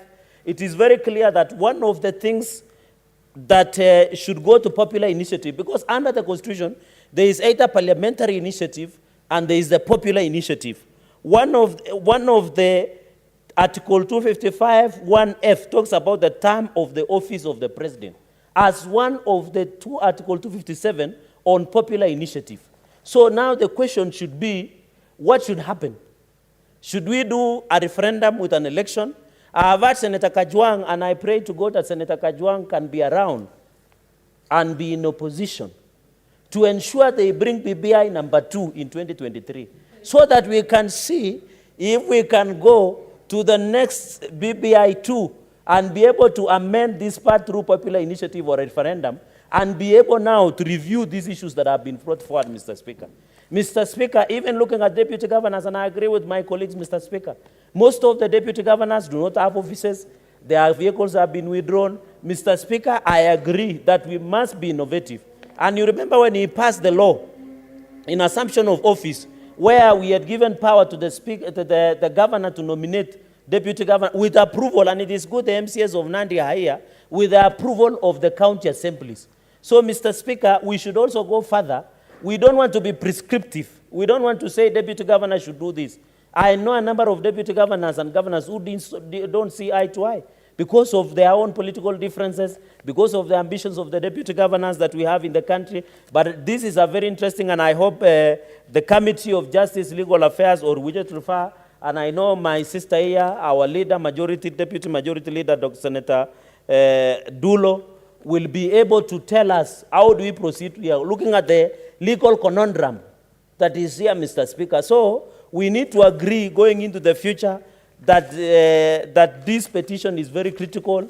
The Senate must pronounce himself and show the direction that show. Otherwise, I congratulate the petitioner and thank you, Mr. Speaker, for giving me the opportunity. And I want to call my colleague who did not understand my submission to look for me in camera. We have a cup of tea, then I can explain in detail.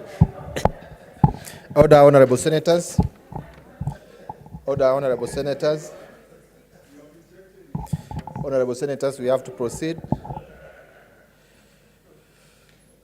Honorable senators, Standing Order 232-1 requires every petition to be committed to the relevant standing committee for its consideration in this case, I direct the petition be committed to the Standing Committee on Justice, Legal Affairs, and Human Rights.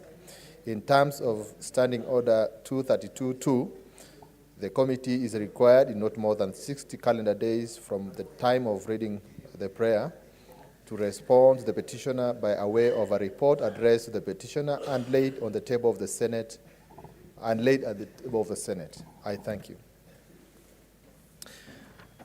Honorable senators, the third last petition.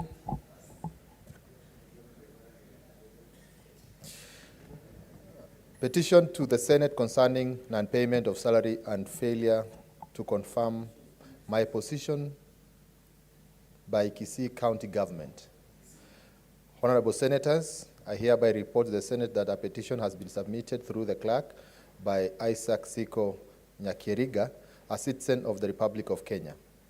As you are aware, under Article 119, Sub-Article 1 of the Constitution, and I quote, every person has a right to petition Parliament to consider any matter within its authority, including enacting, amending, or repealing any legislation. Honorable senators, the silent issues raised in this petition are, 1, that he was employed by the Kisii County Government on January 19, 2017, as a clerical officer in their letter reference number KCPSP AP 3101-2017 after successfully attending an interview and was deployed to Nyaribari, Masaba Sub-County on 20th March 2017 by the Kisii County Government. 2, that he reported to the Nyaribari Masaba County Government on 27 March 2017 and was thereafter deployed to Nyamasiba Ward Nyamasiba Ward Office as a clerical officer in charge of Nyamasibi. 3, that he was would allegedly never had been paid any salary to date and has never received his personal number despite having been approved by the Kisii County Public Service Board on 20th July 2017 to be included in the payroll. Further, the county government has never confirmed his offer of appointment despite successful completion of probatory period as stipulated in the Kenyan labor laws. 4, that the county government of Kisii has violated his rights as enshrined in the Kenyan constitution, which has caused inconveniences and much trauma in his daily undertakings. 5, that he has made all efforts to have the matter addressed by the relevant bodies upon which they have raised directives to the county government of Kisii on the non-payment of his salary and the confirmation of employment by the directive have not been implemented. 6, the Senate investigates into these issues and find out why his personal number is missing or why it was not processed by the county government and resolved. B, find out why his salary is not remitted by the county government, yet he was assigned duties and resolved. C, make appropriate recommendations for his confirmation of employment and compensation during the period. Honorable Senators, pursuant to Standing Order 231, I shall now allow comments, observation, and clarification in relation to the petition for not more than 30 minutes. Senator Cheriot. Mr. Speaker, thank you for this chance. You'll remember earlier, when you were discussing the earlier petition, I mentioned that while the Constitution allows any citizen to petition any houses of parliament, sometimes this line is a bit blurred. In my humble opinion, such are the petitions that should be considered at our various county assemblies. And this is why, and it's proper that we are discussing this when our colleague legislators from Nandi County Assembly are here. I believe, and you know, I know Nandi County Assembly because they are good neighbors. And occasionally I get a chance to tune in and watch debates going on in their chamber. They have very young, able and well-educated legislators, and on many occasions I follow the kind of things that they talk about.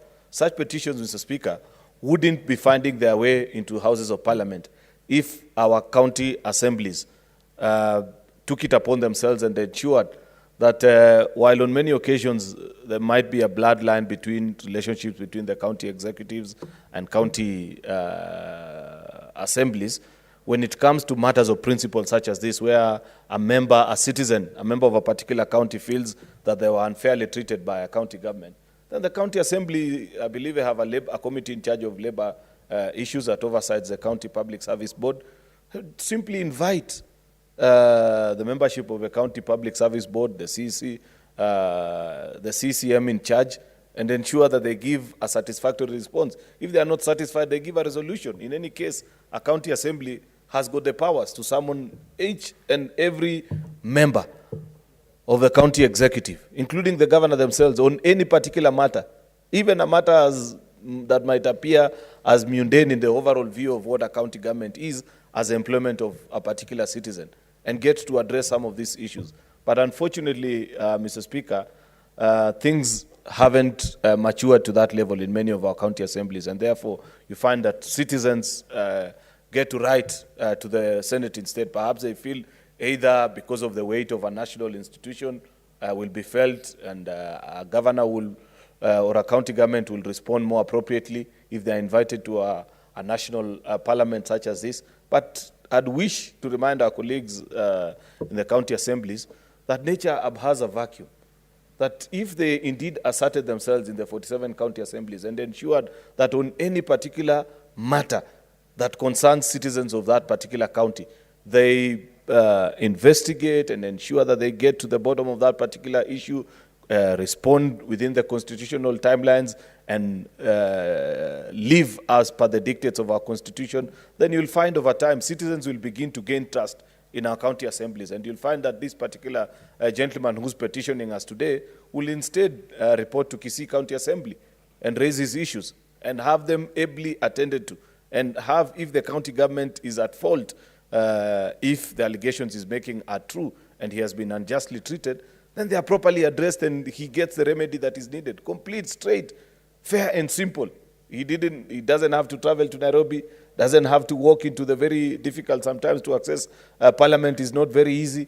Within your own county assembly as a county, things are a bit more easier and more efficient. Therefore, while this committee that you'll refer to this matter will deal with it, I believe part of the recommendations that they'll send to him and the first point of referral actually, just like in a court of law, Mr. Speaker, you cannot arise today and on a matter which a magistrate's court has jurisdiction and find yourself at the Supreme Court and say, because I know this court is the most powerful, I want it to be addressed there. You must exist all the possible lower channels of addressing some of these issues, including even trying to seek mediation, even seeking the services of a village elder who can provide a solution if you have an argument or a land dispute with a neighbor or anything of the sort. In the same breadth of thinking, Mr. Speaker, then it is possible to refer such people and let them know that before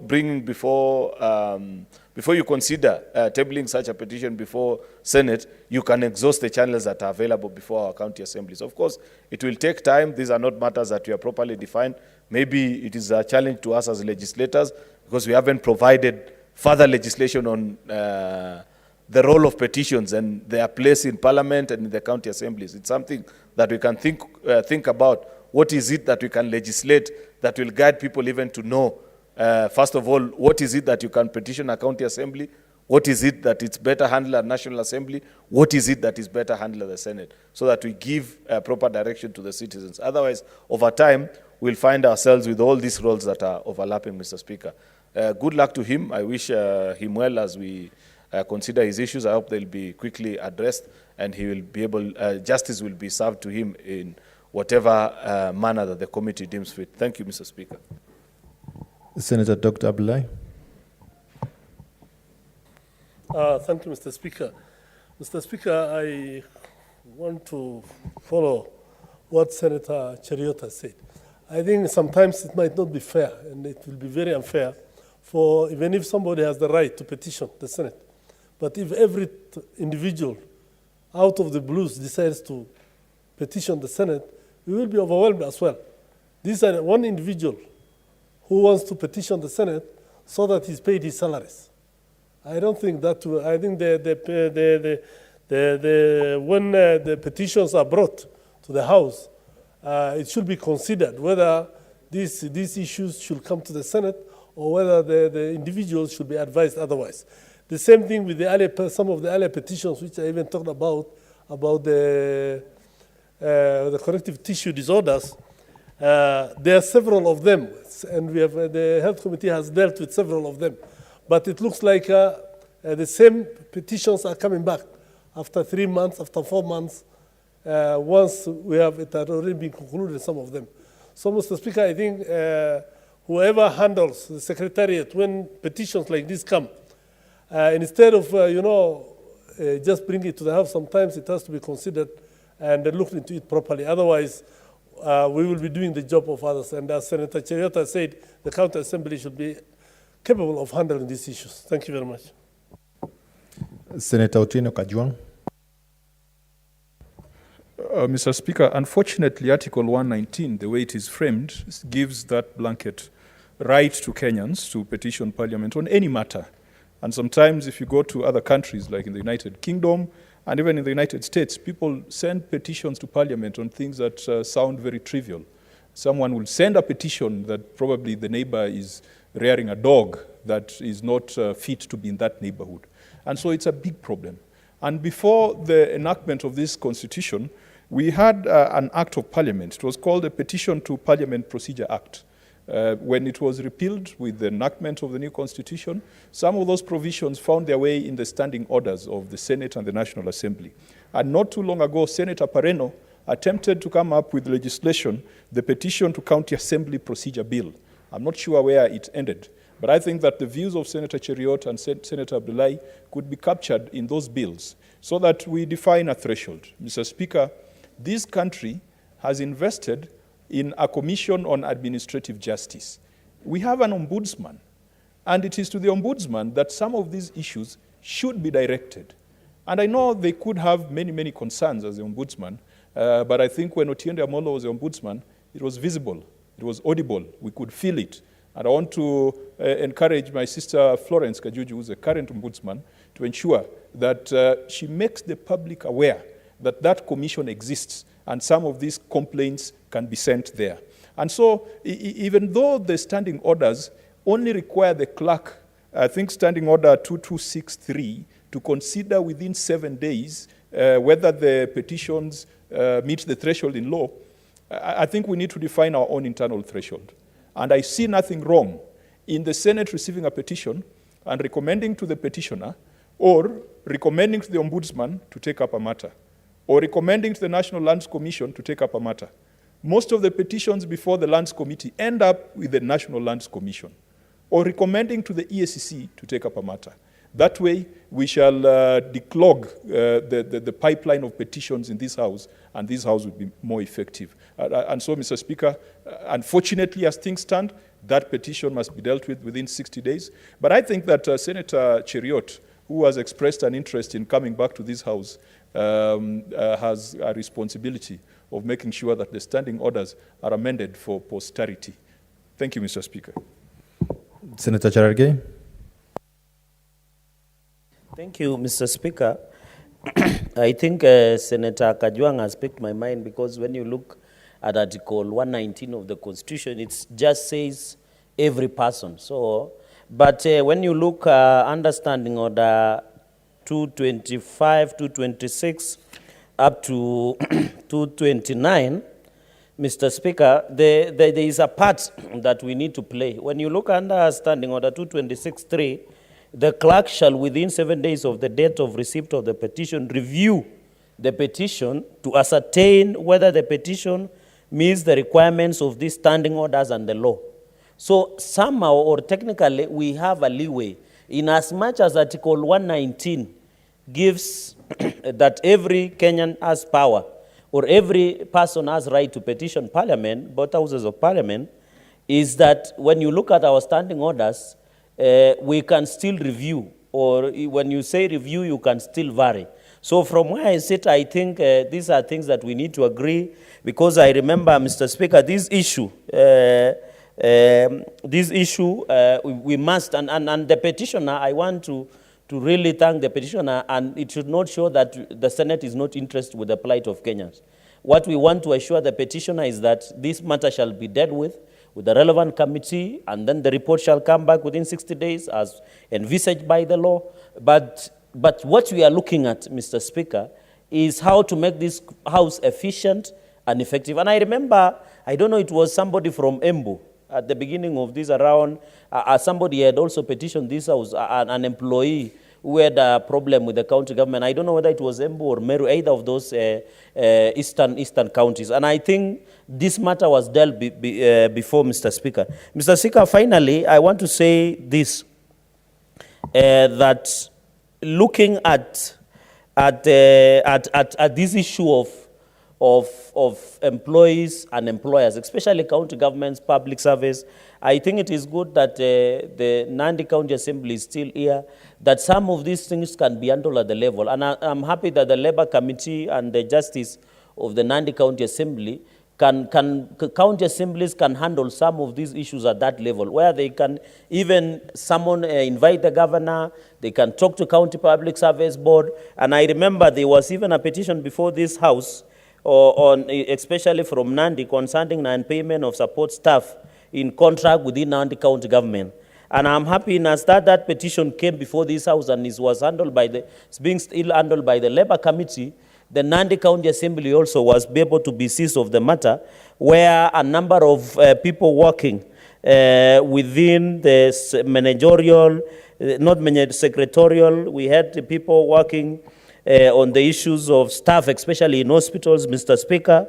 We had people working as casual laborers generally that had done between the months of November, and therefore they had not been paid for 8 months. And I remember the committee of this house did ensure, and even cleaners that had not been paid by Nandi County government. And this petition did come to this house. The matter was also seized by the Nandi County Assembly. There is a challenge, there is a huge challenge where there is a mismanagement of our human resource within the county governments. We are aware that most of the county governments, Mr. Speaker, have gone beyond the threshold of 30% in terms that the law has provided for them. For example, in Nandi, we are approaching 60% on recurrent expenditure, especially we are spending that amount, especially on payment of the staff and employees within the county government, which in I'd side, Mr. Speaker, it affects the development vote, because when you use a lot of recurrent expenditure, it means you will have very few coins or very few money to do meaningful development. So when that petition comes, and I want to thank the Labour Committee, we need also to advise that whenever you bring the petition here, Mr. Speaker, and our standing orders are very clear, that you should not take it to another forum like the Court of Law. So I want to advise petitioners that come to this house that whenever you come with a petition, ensure that you have not taken to another forum. And I want to say this is a challenge that we hope. And Mr. Speaker, finally, I remember when I was a member of Labour, there was a law that we were supposed to come up with a uniform county public service board.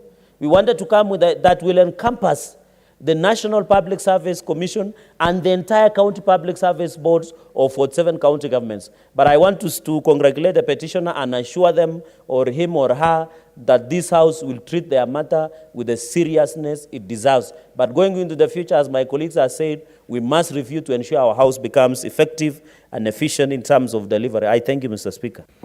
Senator Dulo. Thank you, Mr. Speaker. I wish to support this petition. And I wish to say that the petition is rightfully before the Senate. Mr. Speaker, I wish there was a bit of additional information that the petitioner should have attached to the petition, especially as far as letter of appointment is concerned, because that will determine whether we should be able to confirm his appointment or not. But I think maybe this is a matter that the committee maybe can investigate and also request the petitioner to appear with the relevant documents when he appears before the committee. But anyhow, what I wanted to say in addition, that the employees of the county governments are really suffering. And I think the reason why they actually come to the Senate is because they are unable to get their issues or their problems being remedied at the county government level and also the county assembly level. Because if the county assembly that has the oversight responsibility in ensuring that the county governments have carried out their responsibility properly, this matter should have not come to the Senate. And I think we have a very serious challenge at that level as far as matters of the rights of the employees are concerned in our counties, because I have a similar situation in my county where actually the casual workers, they have insisted I should come and visit them this weekend because they have over 9 months, they have not been paid salary. And these are very low-level employees who have families that they need to take care of. They have rental houses, they have medical bills, they have children going to school.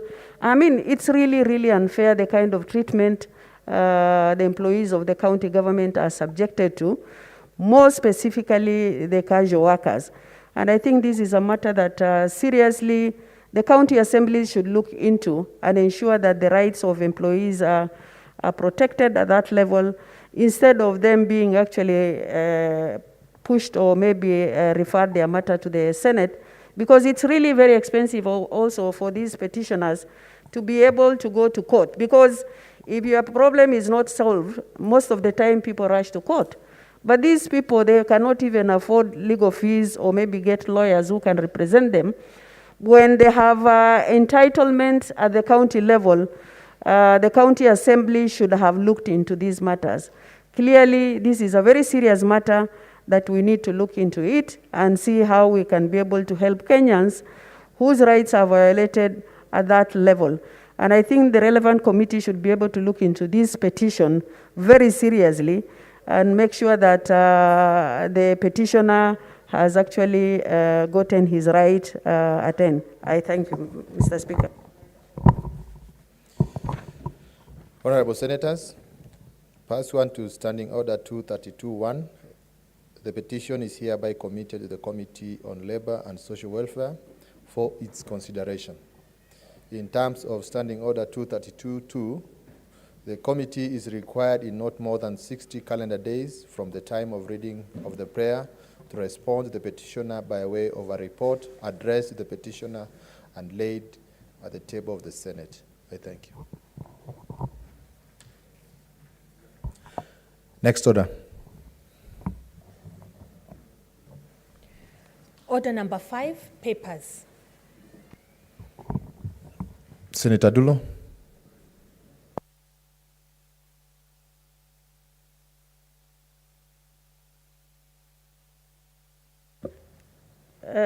Thank you, Mr. Speaker. I beg to lay the following papers on the table of the Senate today, 7th October 2021. Number 1, the 2021 budget review and outlook paper for the financial year 2022-2023 and the midterm budget. Number 2, public debt management report for the financial year 2020-2021. Thank you.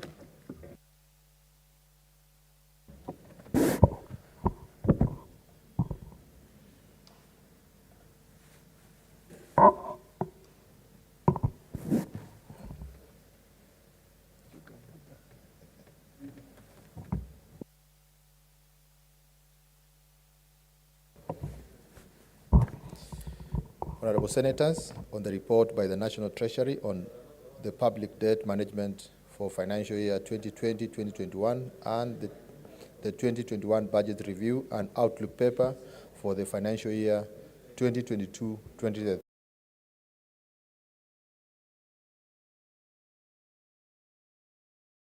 Letter referenced MDD 4128 dated 30th September 2021. The National Treasury submitted up to Parliament the annual report on public debt management for financial year 2020-2021 and the 2021 budget review and outlook paper for the financial year 2022-2023 and the medium-term budget. 2, Section 200 of the Public Finance Management Regulations 2015 provides that not later than 3 months after the end of each financial year, the Cabinet Secretary shall prepare and submit an annual report to Parliament on public debt in format set by the Cabinet Secretary. The annual public debt report under paragraph 1 shall include the following information. A, review of previous year's financing of budget deficit. B, composition and external debt. C, publicly guaranteed debt. D, on lent loans and contingent liabilities. E, debt strategy and debt sustainability. F, outlook for the medium term. And G, any commitment fee and penalties paid on any undisbursed amounts of a loan. Section 26(3) of the Public Finance Management Act 2012 provides that not later than 7 days after the budget review and outlook paper has been approved by Cabinet, the National Treasury shall A, submit the paper to the Budget Committee of the National Assembly to be laid before each House of Parliament, and B, publish and publicize the paper not later than 15 days after laying the paper before Parliament. Honorable Senators, these reports are consequently committed to the Standing Committee on Finance and Budget, which may scrutinize the contents and make observations and recommendations thereon by way of a report to the Senate. I thank you.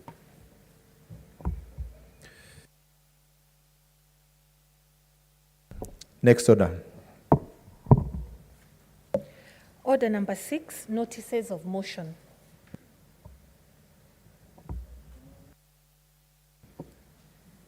Senator Dulo, on notices of motion.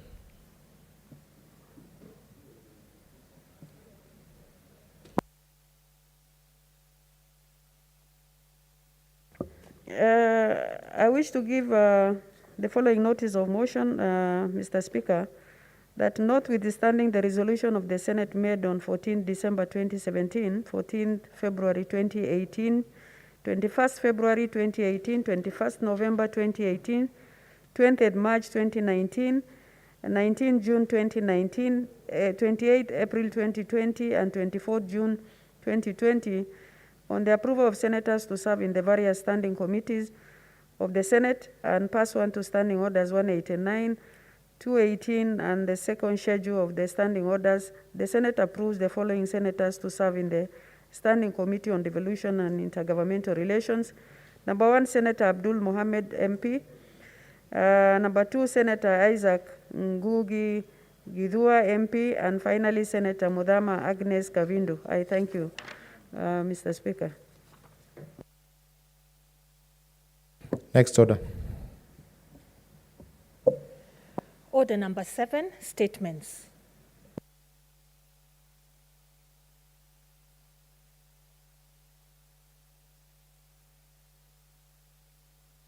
Senator Samson Cherargei.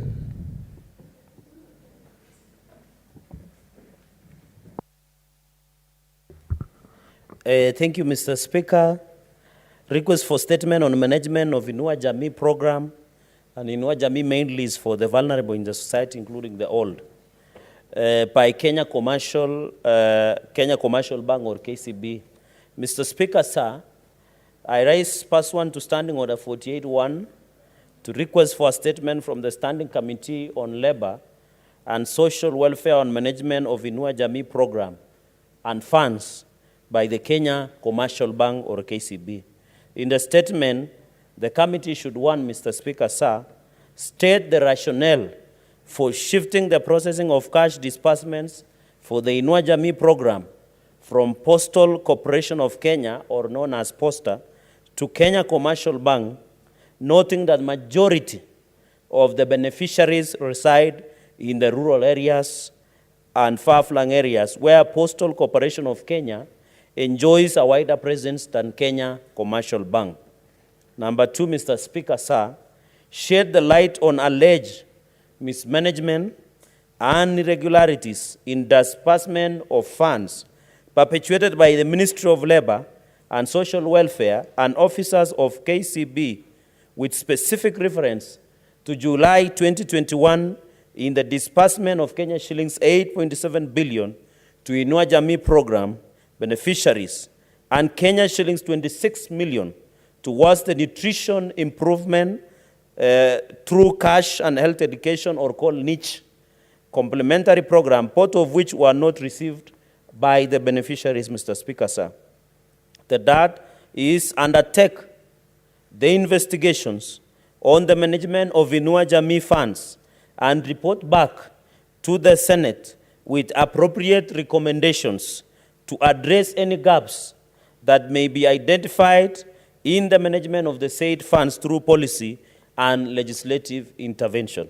And finally, Mr. Speaker, sir, provide an updated list of beneficiaries for the Inua Jamii program, noting that there is attrition and death of some of the benefactors across all the 47 counties, and funds released to beneficiaries for the last 24 months in each county since the onset of COVID pandemic 2020. I thank you, Mr. Speaker.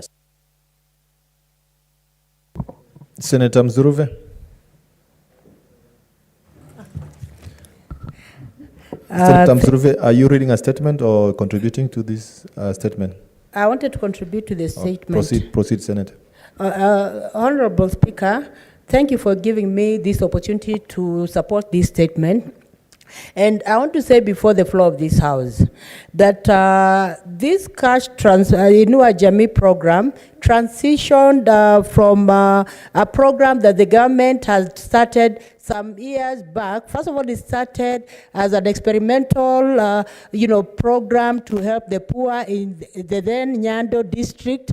Then it was eventually implemented, and then it expanded. Initially, it was meant to help the poor. Then it expanded to help even the vulnerable and persons with disabilities. And this was just to help them in such a way that they're able to make a living. But it is unfortunate, Honorable Speaker, that as we're speaking right now, the beneficiaries, in fact, the rightful beneficiaries of this program are not getting the money, Honorable Speaker, and the money is being misused. So there's need for investigation to be done, why they transfer to KCB, and also there's need to do an investigation countrywide to really see, is the Inua Jamii transfer cash program benefiting the intended, beneficiaries, Honorable Speaker, so that if there's any form of mismanagement, it should be corrected to ensure that the government initiative is actually implemented efficiently, Honorable Speaker. I support this statement. Thank you. Senator Cheriot. What is it, Senator Kajwang? Mr. Speaker, looking at Standing Order number 46 that talks about Statement Tower, when it starts and when it ends, and I know, Mr. Speaker, you are always very considerate and very indulgent when members bring statements. Would I be in order to request that the statements that have been read out, they are very, very important and would like to contribute, but there's a motion, there's a notice of motion moved by Senator Dulo, which is also extremely important, and there's also the Health Amendment Bill. I've seen Senator Dr. Abdullahi. He's hoping that the mover would be called to respond today. Would I just request that, notwithstanding Standing Order 46, you truncate debate or comments on the statements that shall follow? Honorable Senators, I give the senators who will wish to contribute on these statements or the statement that will be read 2 minutes to contribute on these statements. Senator Cheriot. Thank you, Mr. Speaker. 2 minutes, thanks to the very unwelcome intervention by Senator Kajwang. But anyway, Mr. Speaker, this is a very serious issue. Inua Jamii is a revolutionary program.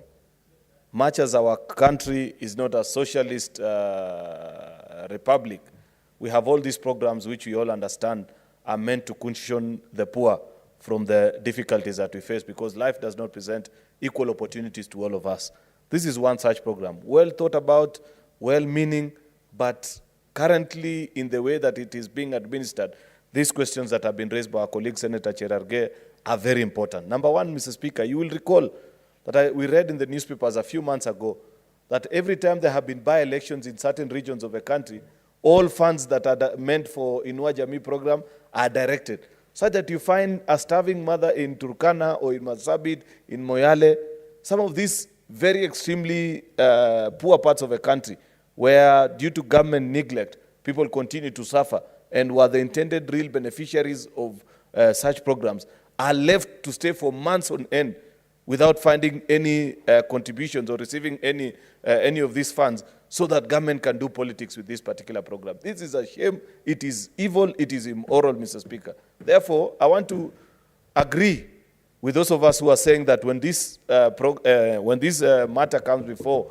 the committee of a house, then let us take time to read through the presentations that will be made by this ministry, so that we see, first of all, who are the beneficiaries. Let it be broken down by constituency, by ward, across the country. You begin with the county, the constituency, and you go to the ward, so that we see who are these people who are benefiting from this program, or is it skewed towards only a particular part of the country. Second, and most importantly, Mr. Speaker, Postal Corporation has offices across the 47 counties of Kenya. Despite the fact that KCB has branches across the country, I thought, since Postal Corporation needs more of such government programs to survive and be able to do business, they would be left with such programs.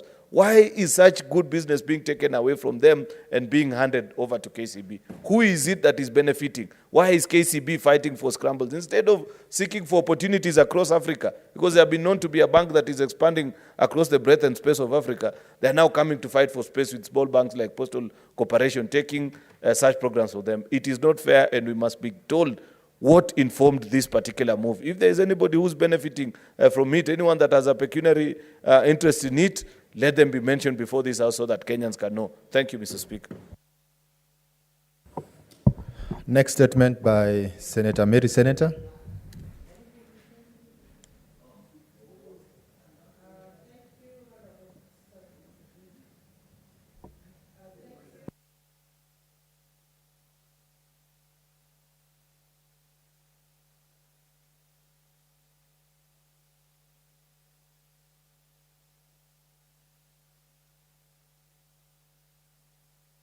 Senator Gertrude Musuruve on behalf of Senator Mary Senator. Yes, thank you, Honorable Speaker. Construction works on health centers across Kajiado County funded by the African Development Bank. Mr. Speaker, sir, I rise pursuant to Standing Order 48-1 to seek a statement from the Standing Committee on Health regarding construction works on health centers across Kajiado County funded by the African Development Bank, that is ADB, through the Ministry of Health. In the statement, the committee should, 1, investigate and report to the Senate the status of completion of the 62 health facilities across Kajiado County funded by the African Development Bank. 2, establish the cause of stalling of construction works of some of the health facilities mentioned above. 3, establish how much money had been released by the African Development Bank to the Ministry of Health towards construction of the said health facilities and how much has been expended on the stalled health centers. 4, state when construction works in the said health facilities will resume and when the projects will be completed and handed over to the county government of Kajiado. And finally, 5, explain the measures put in place by the county government to operationalize the health centers that are complete. Thank you, Honorable Speaker.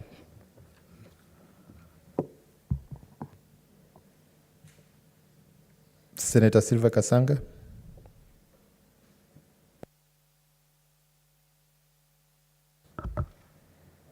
Mr. Speaker, sir, I rise pursuant to Standing Order 47-1 to make a statement of topical concern, namely the commemoration of the World Mental Health Day 2021.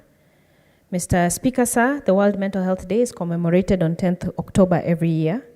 It's an international day for global mental health education, awareness, advocacy against social stigma. It was first celebrated in 1992 at the initiative of the World Federation for Mental Health. The theme this year is Mental Health for an Unequal World. Mr. Speaker, Kenya is ranked 6th amongst African countries with the highest number of depression cases by a 2017 World Health Organization report. The report further stated that in Kenya, 1 in 4 people are likely to suffer from mental illness. Kenya Mental Health Policy 2015 to 2030 indicates the mental disorder cases have risen exponentially in Kenya, 20 to 25 of outpatients seeking primary health care present with symptoms of one mental illness or another. This year, as we commemorate the World Mental Health Day, it is important to note that due to COVID-19 pandemic, there has been an increase in mental health illnesses due to stress and anxiety associated with the impact of COVID-19, such as job losses, failed careers, dwindling income, marital disputes, and others. On 27th July 2021, the People Daily newspaper had an article titled, "Alarm as 483 suicide cases hit nation in just 3 months." Reported that in just 3 months, there had been 483 suicide cases that had been reported and recorded. Mr. Speaker, sir, I would like to appreciate the effort of our government in making, in curbing the rising trend. On Wednesday, 9th June 2021, the Ministry of Health launched the Kenya Mental Health Plan 2021 to 2025. The plan will provide a framework for both national and county governments and stakeholders to implement the mental health policy through strategic objectives which specified priority targets and indicators. Though the government is now aware and putting out measures to promote mental health well-being for our citizens, a lot still needs to be done. Mr. Speaker, sir, as we commemorate the World Mental Health Day this year, I would like to call upon all stakeholders to work together in this cause. I call upon the Ministry of Health and the counties to expand mental health funding and human resource.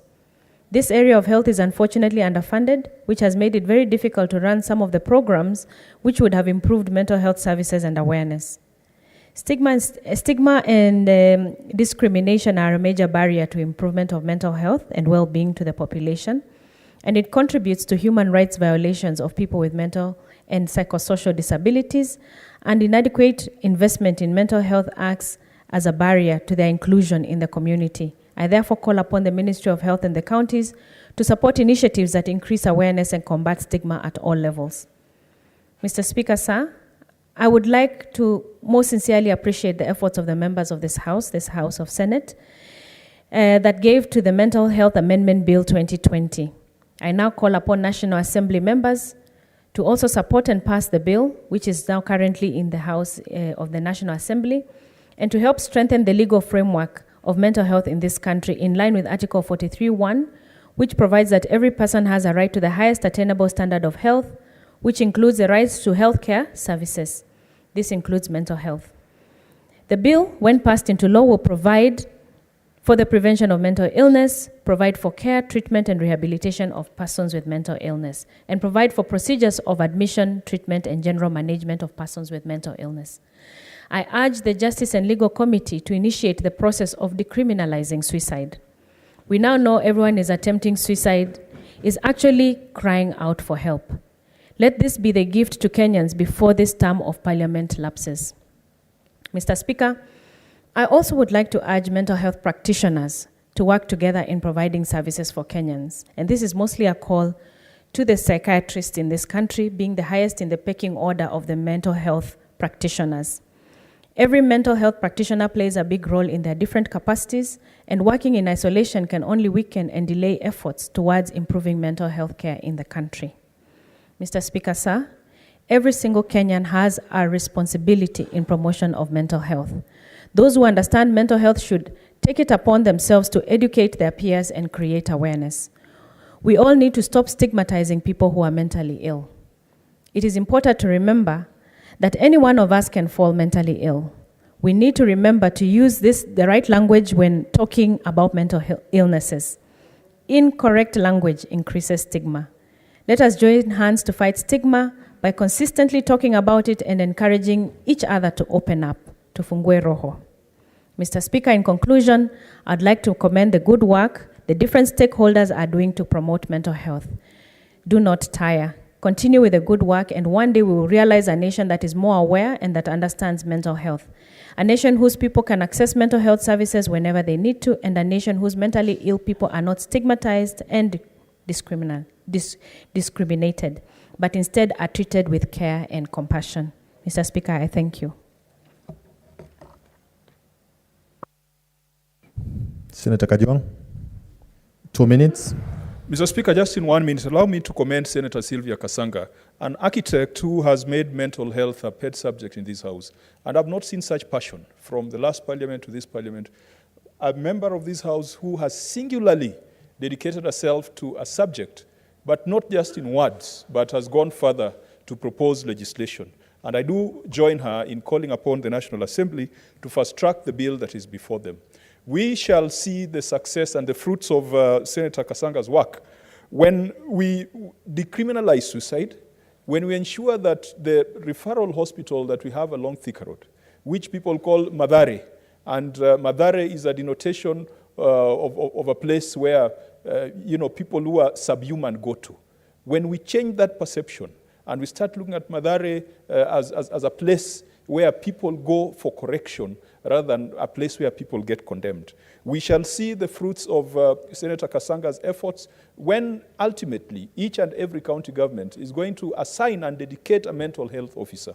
Mr. Speaker, some of the people who are stressed out because of this pandemic are medical health workers out there in the counties, and they've got nobody to run to. Some of them run to the bottle, some of them run to ganja, some of them run to cults, and some of them do the kind of things that then make it very inappropriate for members of the public to go to them for assistance. Mr. Speaker, let the House in unison commend Senator Kasanga for her brilliant efforts in ensuring that this space is given the respect that it deserves. Thank you. Senator Cherargei. Mr. Speaker, I want to thank Senator Kasanga. I think she has distinguished herself for becoming the champion of creating awareness. I think in the past, many people used to imagine mental illness is because of either sorcery or because of witchcraft or because of DNA in the family. I think it is important that in the advent of COVID pandemic, most people continue to suffer, Mr. Speaker, because of mental illness, because of depression. And I'm happy that I've seen the guidelines from the Ministry of Health. There is the mental health law that has been processed through this House. And we hope, Mr. Speaker, and I would expect Senator Kasanga to thank me because I'm one of the people who did pleadings, Mr. Speaker, when National Assembly wanted to give the president to assent 24 legislations.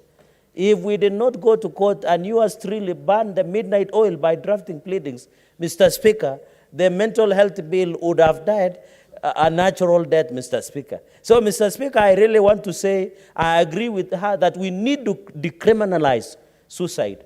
Because in Kenya, when you commit suicide, you die, there is no case. When you don't die, the police will come and chain you to the hospital bed and take you to prison. It's not understanding. Maybe you are undergoing through emotional, even this generation that we have nowadays. You have seen university students committing suicide. You have seen even people killing each other, married couple, even people normally, Mr. Speaker. So we really, as a nation, we have a problem by the name called mental illness. In Moi Teaching and Referral, we have a ward, Ward 8, which is specifically, we have Madare. I want to request, because my brother, Dr. Ali, who is an expert in issues of medical world, Mr. Speaker, that the government must invest more in mental illness, Mr. Speaker, in terms of treating mental illness in this country. We must allocate more funds to MTRH and other, even county governments. I want to challenge them. Even Madari here, Mr. Speaker, the Ministry of Health must put more funds to ensure that we treat these issues of mental illness that we are facing, Mr. Speaker. So, Mr. Speaker, I thank you and I really appreciate what Senator Kasanga is doing, and she has our full and conditional support as a Senate, Mr. Speaker. Senator Dr. Ali. Thank you, Mr. Speaker.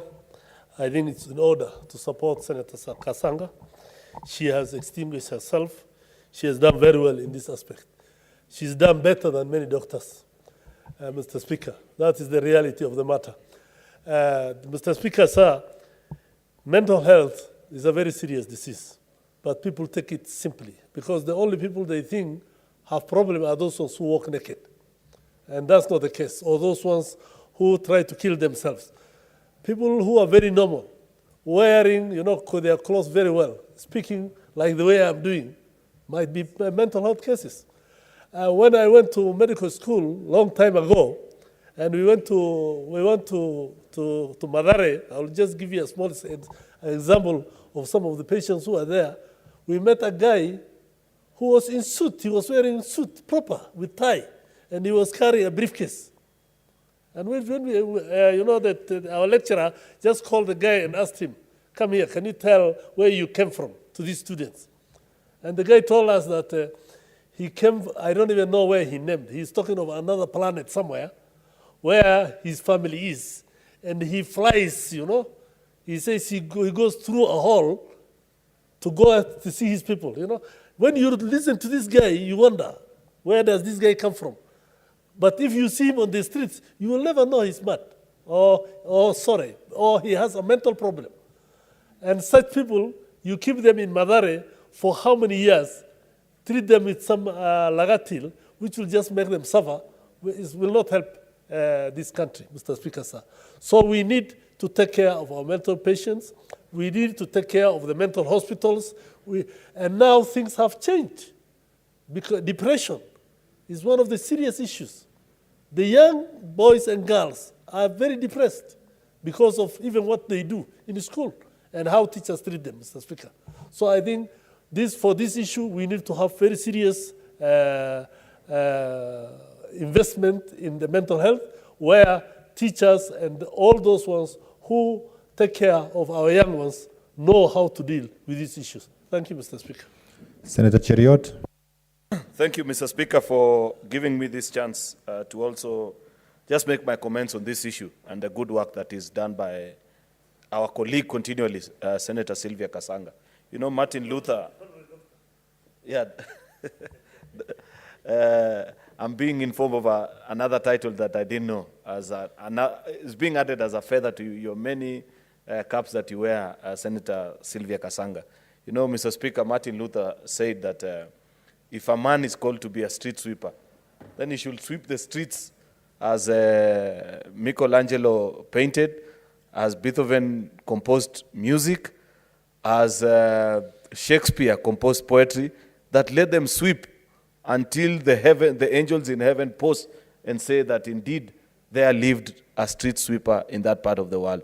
I think in this current Senate, Mr. Speaker, if there's a colleague who has distinguished themselves in terms of sticking to a particular topic and doing whatever is possible to change that particular course, that award goes to our dear colleagues, Senator Sylvia Kasanga, especially with regards to this issue of mental health. And it's a very important issue, Mr. Speaker, that many of us continue to treat casually, but yet when it strikes home, when you have people, either a relative, a friend, a family member who becomes mentally ill, that's when you begin to appreciate the challenges that we continue to face as a country. I don't know how many of our colleagues have had the chance, you know, to visit Mathare Mental Health Hospital, Mr. Speaker.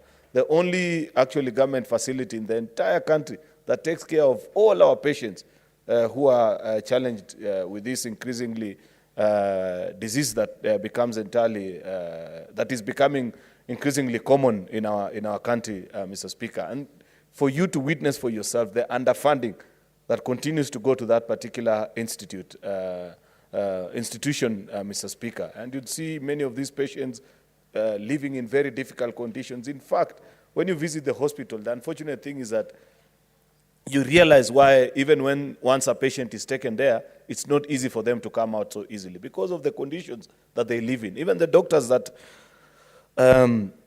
serve there, they're not well taken care of. Unfortunately, Mr. Speaker, such is the stigma against this particular challenge that I'm told within the doctor's circle, and I have seen this happen to some of the doctors because of the challenges that are with the Ministry of Health, and I'll be raising some of these concerns when we speak later on to the bill by our colleague, Senator Dr. Ali, on human resource issues in the health sector. Sometimes when you fall out to the ministry, as a punishment, you're actually referred to go and serve at Mathare Mental Hospital. It's really unfortunate. It points out to the stigma even at such high a level as a resident ministry that is supposed to generate policy on how to improve the welfare and how to salvage this situation in our country, Mr. Speaker. So we celebrate our colleague.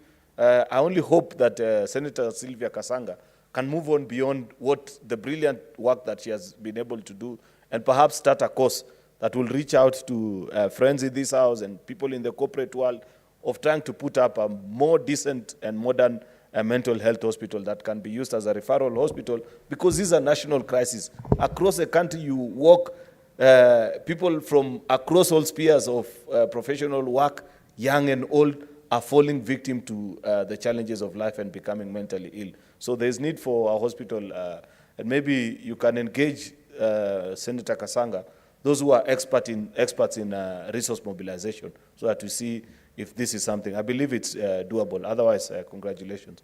Thank you, Mr. Speaker. Finally, Senator Gertrude Musuruve. Honorable Speaker, kindly allow me to congratulate Senator Kasanga for coming up with this statement and the passion she has on the issue of mental health. It is not the first time that Senator Kasanga is talking about mental health on this, on the floor of this House.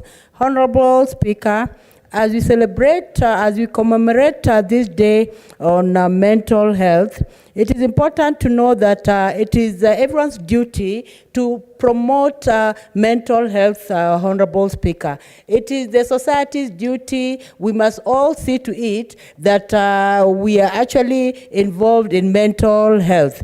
Many times, Honorable Speaker, I have heard people talking about so-and-so, ni mwendazimu, or so-and-so, anajiongelesha. You know, sometimes derogatory terms are used to describe people who have mental illness. And I want to say, Honorable Speaker, some of these, the causes of mental illness are just the normal things that we see. Sometimes financial stress, sometimes, you know, a loved one, you know, dies and people are stressed and they find themselves, you know, challenged mentally. And sometimes even lack of jobs can cause mental illness. So there's need to people to realize that we need to identify the causes of mental health. Some of the causes can actually be arrested. Like, for instance, if a youth is just depressed because a parent has died, if the youth is talked to with time, he can overcome.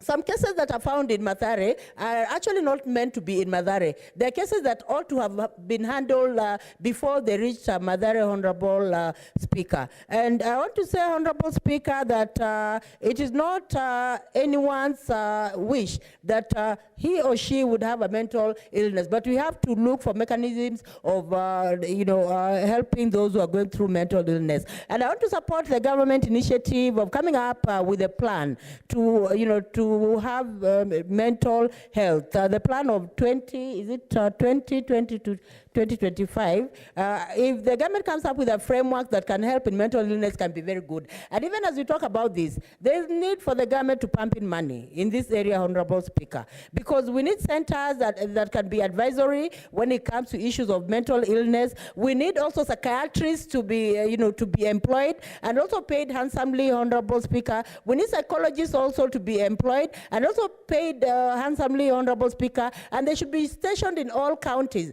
so that if there's any mental illness, county governments should be able to identify the mental illness in their counties and then see, even appropriate some money that can be used for such cases, and also staff that can also handle these issues at county level, Honorable Speaker. It is our honors, and I want to congratulate Senator Kasanga, and I urge all Kenyans to be responsible. All of us must be responsible in ensuring that we are promoting mental health, Honorable Speaker. I support this statement.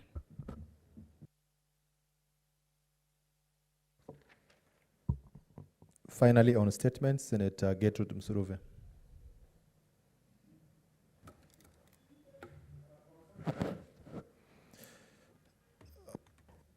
What's it, Senate Majority Leader? Yeah, Mr. Speaker, I'd urge you, there's a matter which has really taken our time. We have had Kamkunjis about the formation of the Devolution Committee. I'm afraid if we go at this rate, this committee will have another 1 week without a meeting. The chairman is here. I think they have not met for 3 months. We had a whole Kamkunji this morning to discuss that particular issue. And I'm afraid that the rate we are going, this matter again may end up coming next week. And I can see the Senator for Kerisho laughing. But I'll plead with you and plead with Senator Msuruve. We got members of the Senate who are not in a single committee. And the motion on the committees on which a notice of motion has been given tries to address that problem. I plead with you. Senator Kajwanga had risen on a point of order. I think he's the chairman of the committee. I'd plead with you that we deal with that matter, and then we can come back to Senator Msuruve. Honorable Senators, as raised by Senate Majority Leader, we proceed to order number 8. Then after conclusion of order number 8, we come back to order number 7 to finalize on the last statement by Senator Gertrude Msuruve. Senate Majority Leader, Senator Dulo. Order number 8. Thank you. Sorry for inconvenience. Mr. Speaker, sir, pursuant to Standing Order 52.1, I hereby present the business of the Senate for the week commencing Tuesday, 12th October 2021. On Tuesday, 12th October. I thought it's order number 8. Order number 8, motion.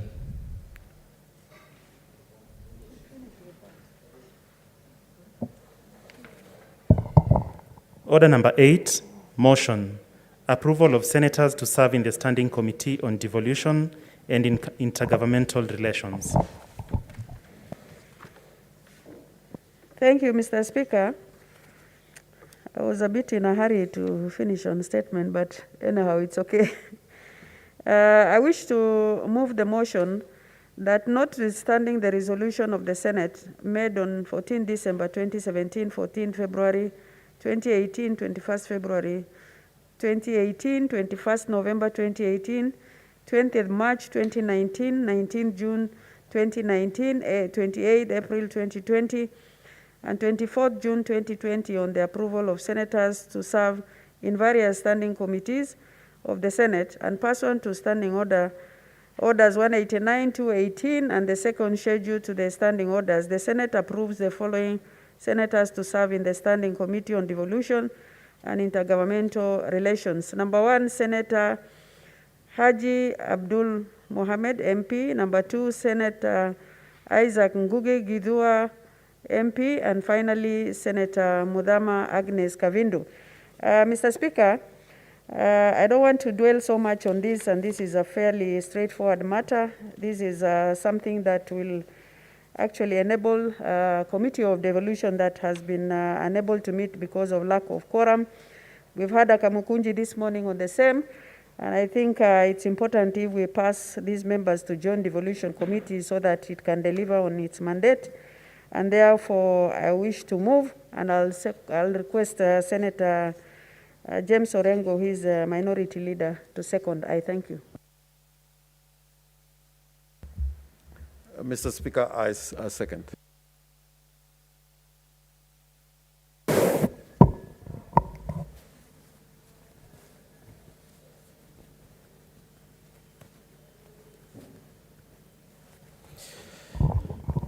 Honorable Senators, I propose the question, which is that, notwithstanding the resolution of the Senate made on 14 December 2017, 14 February 2018, 21st February 2018, 21st November 2018, 20th March 2019, 19 June 2019, 28th April 2020, and 24th June 2020 on the approval of senators to serve in various standing committees of the Senate, and pursuant to Standing Order 189, 218, and the second schedule of the standing orders, the Senate approves the following senators to serve in the Standing Committee on Devolution and Intergovernmental Relations.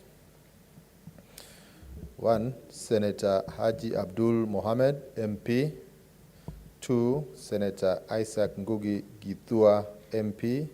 And 3, Senator Mudhama Agnes Kavindu, MP. Senator Aaron Cheriot. Mr. Speaker, thank you for this chance. Mr. Speaker, I support this motion. It has been brought by Senator Fatuma Dulo to assign this very special committee to these 3 colleagues of ours. And I understand why a leader for minority was insisting that indeed there are colleagues of ours who, months since they were elected, haven't had opportunity to serve in any committee whatsoever. Mr. Speaker, the only reason why I rose, because I know time is far much spent and we'd wish to conclude this particular issue, is that I wanted to be on record that we are charging these colleagues of ours to treat this committee with the seriousness that it deserves. It's a very important committee. It actually is at the heart of our mandate as Senate to ensure that devolution succeeds.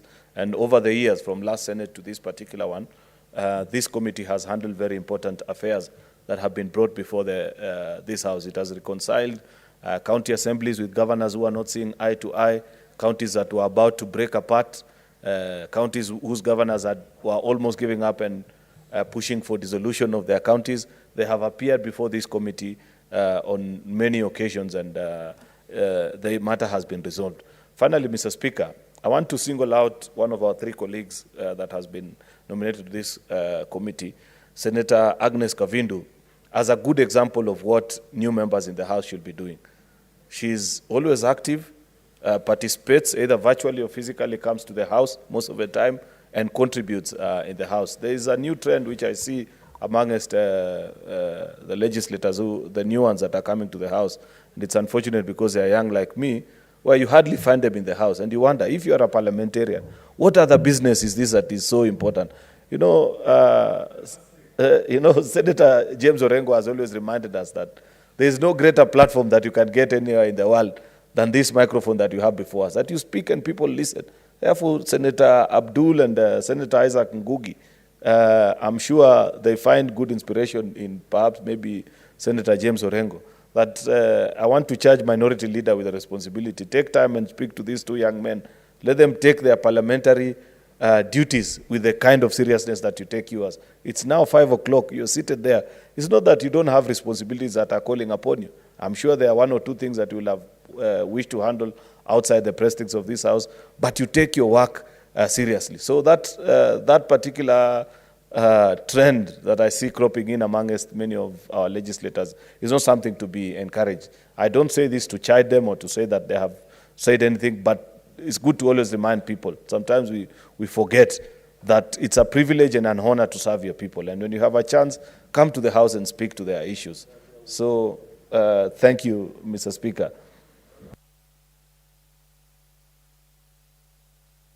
Senator Jumo Golish Juma.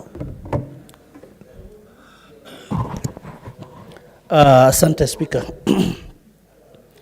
kunipatia nafasi hii. Mr. Speaker,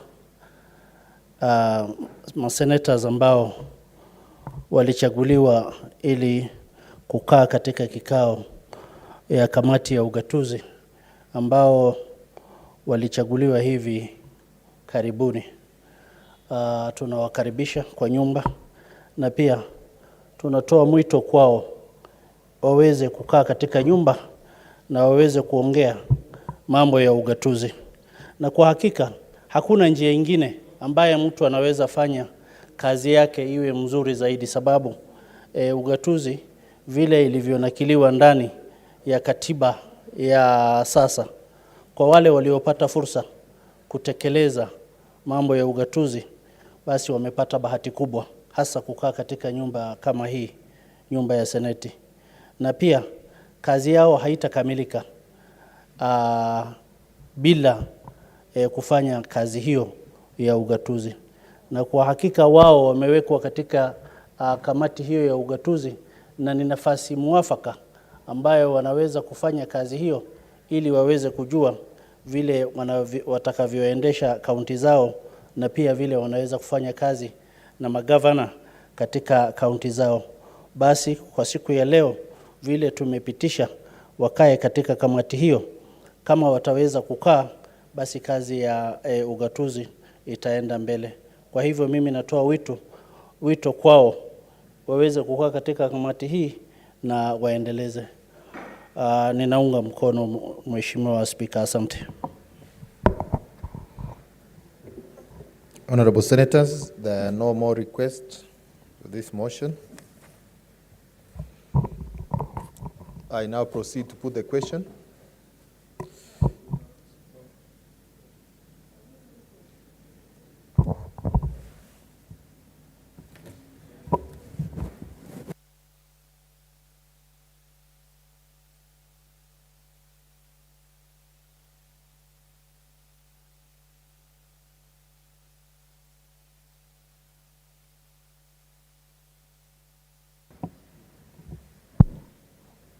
Senator Dulo, you can reply. It's a procedural motion if you have something to say.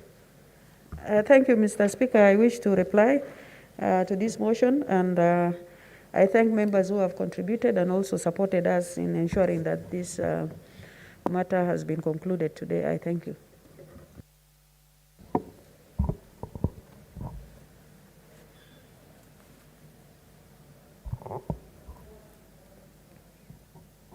Honorable Senators, I now put the question, which is that notwithstanding the resolution of the Senate made on 14 December 2017, 14 February 2018, 21st February 2018, 21st November 2018, 20th March 2019, 19th June 2019, 28th April 2020, and 24th June 2020 on the approval of senators to serve in various standing committees of the Senate and pursuant to Standing Order 189, 218, and the second schedule of the standing orders, the Senate approves the following senators to serve in the Standing Committee on Devolution and Intergovernmental Relations.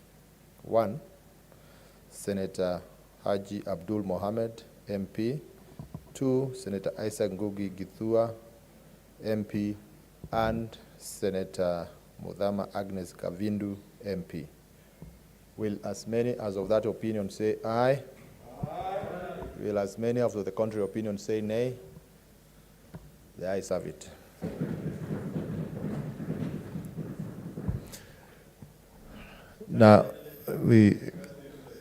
Now we go back to order number 7. And therefore call upon Senator Dr. Gertrude Musuruve to read her statement.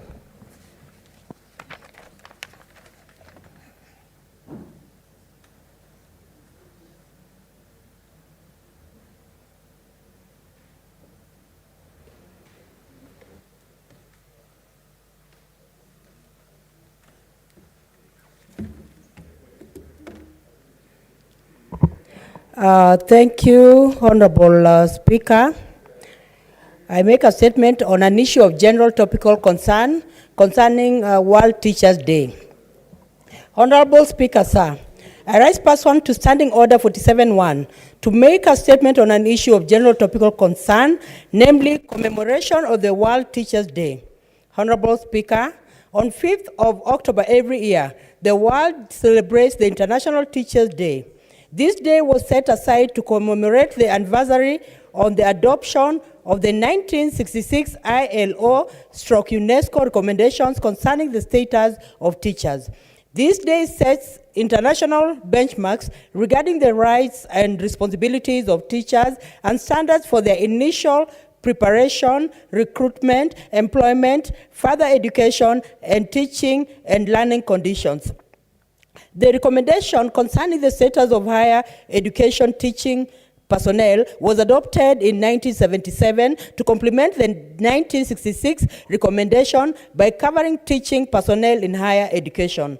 Honorable Speaker, the World Teachers' Day provides an opportunity to celebrate the teaching profession worldwide, take stock of achievements, and draw attention to the voices of teachers who are at the heart of efforts to achieve the global education target of leaving no one behind.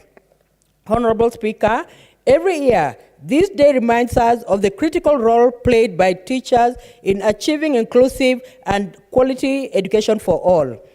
Teachers help lay the foundation of our society. They are coaches, caretakers, mentors, and offer great inspiration to our communities. We acknowledge our teachers, the unsung heroes, who continuously dedicate themselves to their work to make the best out of tough situations. There are no doubts that their role is critical in terms of support to vulnerable populations and mitigation of inequality gaps. Honorable Speaker, it is important to note that even as the world continues to celebrate the World Teachers' Day, the role played by teachers in imparting knowledge cannot be gainsaid, especially during these COVID-19 pandemic times. It is for this reason that commemoration of this year's day focused on the support teachers need to fully contribute to the recovery process under the theme, Teachers at the Heart of Education Recovery. Teachers have played great innovativeness in the continued recovery of the education sector from the adverse effects of the pandemic by adopting creative ways using the ICT, such as online classes, to ensure continuity of learning. Honorable Speaker, knowledge and education are the pillars for all things that can be accomplished in life. The resilience shown by our teachers during this pandemic period is commendable and is a learning lesson to our pupils on what it takes to succeed. Their power for creating change in the society has been seen in the way they continue to provide the power of education to today's youth, thereby giving them a future and as well as giving the youth purpose in life and thereby setting them up for success as citizens of our country, of our world, and inspire in them a drive to do well and succeed in life. Honorable Speaker, as we mark the Teachers' Day this year, I call upon the national government to invest more in the teaching profession by allocating more funds towards teacher training, capacity building, and promotion of teachers. It is notable that many teachers have furthered their education using their own resources and therefore reimbursement of training costs, recognition by way of promotion, and enhanced pay would make these teachers feel appreciated. Honorable Speaker, there are disparities in the payment made to ECD teachers. It ranges on average from 8,000 to 24,000 a month. This amount, Honorable Speaker, is too low and may not be enough to enable teachers meet their daily needs. I call upon the county governments to have a standard way of paying early childhood teachers. All county governments need to have a uniform scheme of service for paying teachers, just like the TSC has for other teachers. Honorable Speaker, the national government needs to strengthen the teaching profession in college and higher levels of learning as well. Further, most colleges and universities are in dire need of personnel, and the government needs to step in to address this matter. Building this capacity, incentivizing our teachers, and appreciating their role is a prerequisite of having good learners in our society. Honorable Speaker, as I conclude, a healthy tripartite relationship of teachers, child, parents, crowned with positive financial involvement of the county and national governments can translate into good learning outcomes. I wish all our teachers a belated Happy Teachers' Day. Thank you, Honorable Speaker, for the opportunity. Senator Professor Kithure Kindiki. Mr. Speaker, sir, I thank Senator Msurove for bringing out this statement. I salute the teachers of the world, wherever they are, those in the early childhood education, primary, secondary, and tertiary institutions. Mr. Speaker, we are all a product of teachers. Each one of us, irrespective of our professions, are a product of men and women who nurtured us and made us what we are today. We salute our teachers and thank them for the sacrifices they continue to make in nurturing our children and shaping the destiny of our country and of the world. Mr. Speaker, I take this opportunity to decry the low levels of compensation that we give teachers, not just in this country, but around the world. Teachers are one of the most underpaid professionals around the world. I hope that going forward, we will continually improve the terms and conditions of service for our teachers at all levels. I also take this opportunity, Mr. Speaker, sir, to particularly highlight the poor remuneration of teachers in the early childhood education sector. Just as Senator Msurove has said, there is need to improve the compensation. And here, Mr. Speaker, Kenya is unlike so many countries.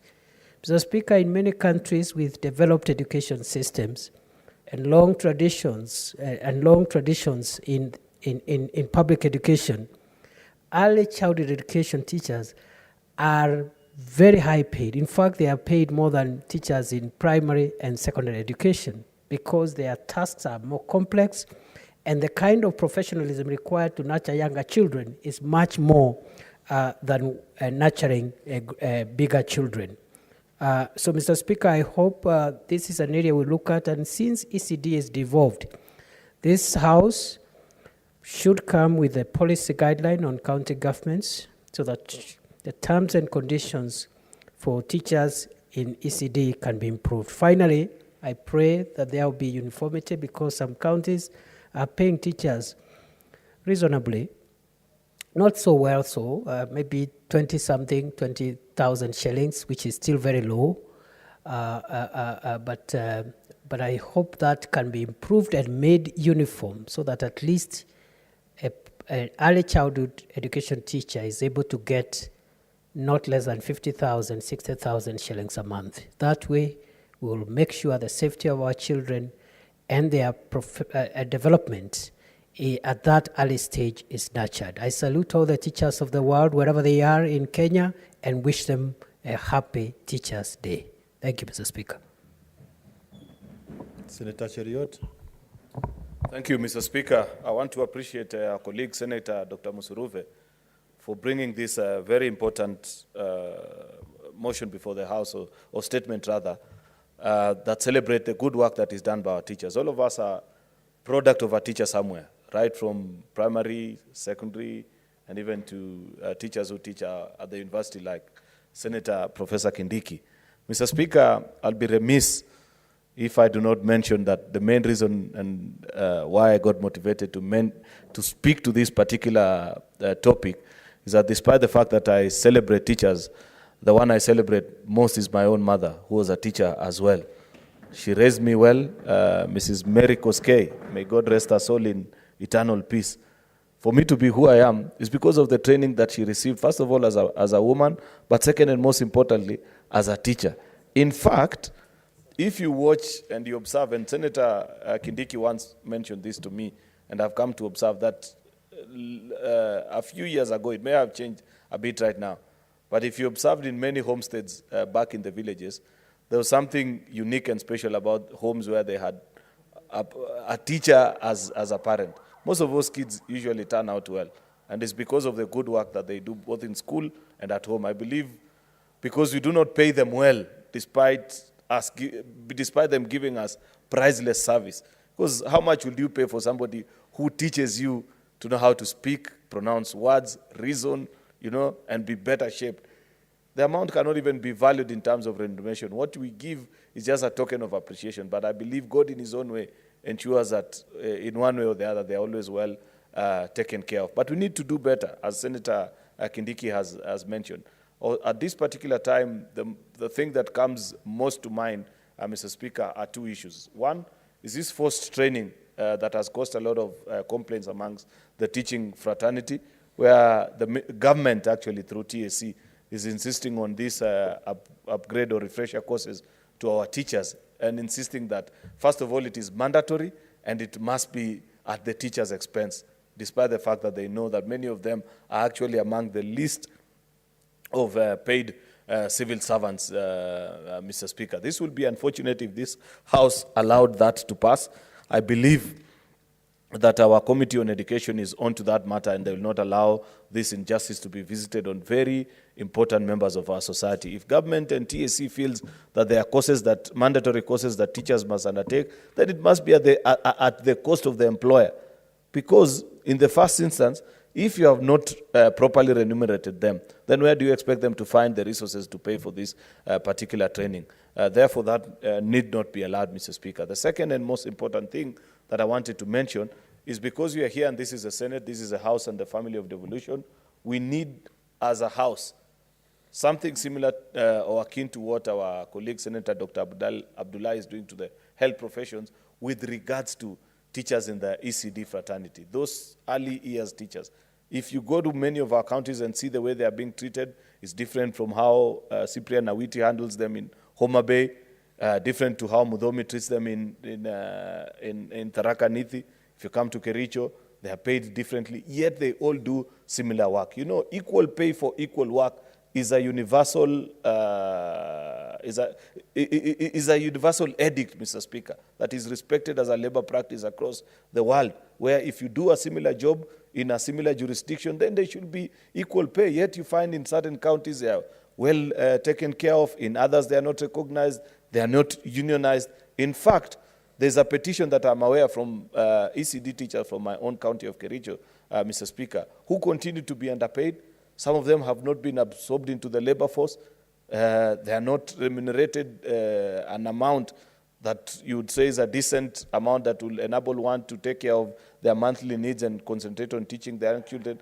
Therefore, the point that I make as I conclude, Mr. Speaker, is that we need a unified policy on ECD teachers, Mr. Speaker. And as a House, we must reason. Senator Musuruve, you are a member of the Education Committee. Please think about something and bring it before the House so that we either pass as a resolution or even a bill that ensures that ECD teachers in our counties are not mistreated as currently is the case. Thank you, Mr. Speaker, and a belated happy International Teachers' Day to all the teachers in this republic. Senator Golish Juma. Asante Speaker kwa fursa. Mr. Speaker sir, nampongeza Senator Daktari Musuruve kuleta taarifa hii ya siku ya ulimwengu ya walimu. Kwa hakika walimu sisi sote tumepitia kwa mkono ya walimu, na walimu ni msingi mkubwa katika kutengeneza mwanadamu aende kuwa mwanadamu kamili, kwa sababu mwanadamu bila elimu hayuko kamili. Na kwa hakika hata walimu wa Kenya ukikaa kuangalia wakati mwingi wanaenda kugoma kwa sababu ya marupurupu ama mshahara ile ambayo wanapata.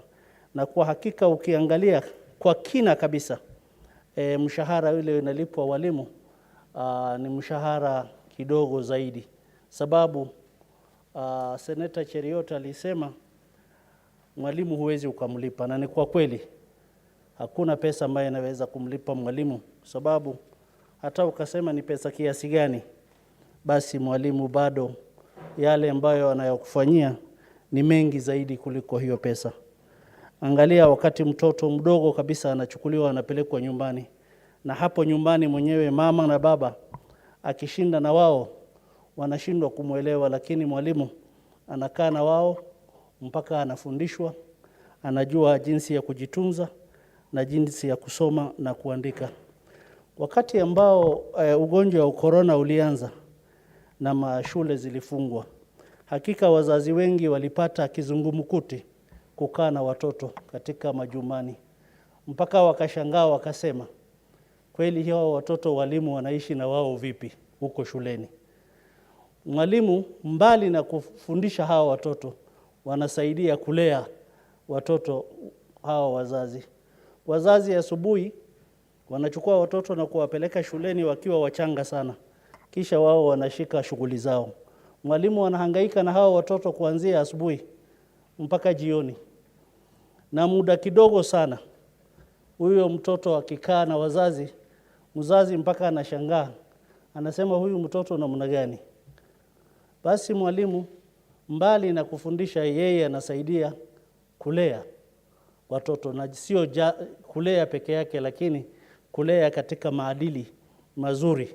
Ndio sababu utakuja kuwapata watu ambao wako na taaluma tofauti tofauti, wote ukiangalia wamepitia kwa mkono ya mwalimu. Na kwa hakika sisi tunafaa kuwashukuru walimu, kuwapatia hongera, na pia wanapoenda kusherekea siku yao ya ulimwengu ya walimu, na sisi pia tushirikiane na wao na tuwapatie asante. Sababu ukiwa katika seneti hii ama bunge la kitaifa, utampata mwalimu wako huko barabarani akitembea bado kufundisha watu wengine, na wale walipita katika mkono wake. Hata rais wa Kenya amepita katika mkono ya walimu, na wale watu wote ambao upita na magari makubwa makubwa wamepita katika mkono wa mwalimu. Nina hakika Senator Musuruve pia ni mwalimu, ndio kwa sababu amekumbuka walimu.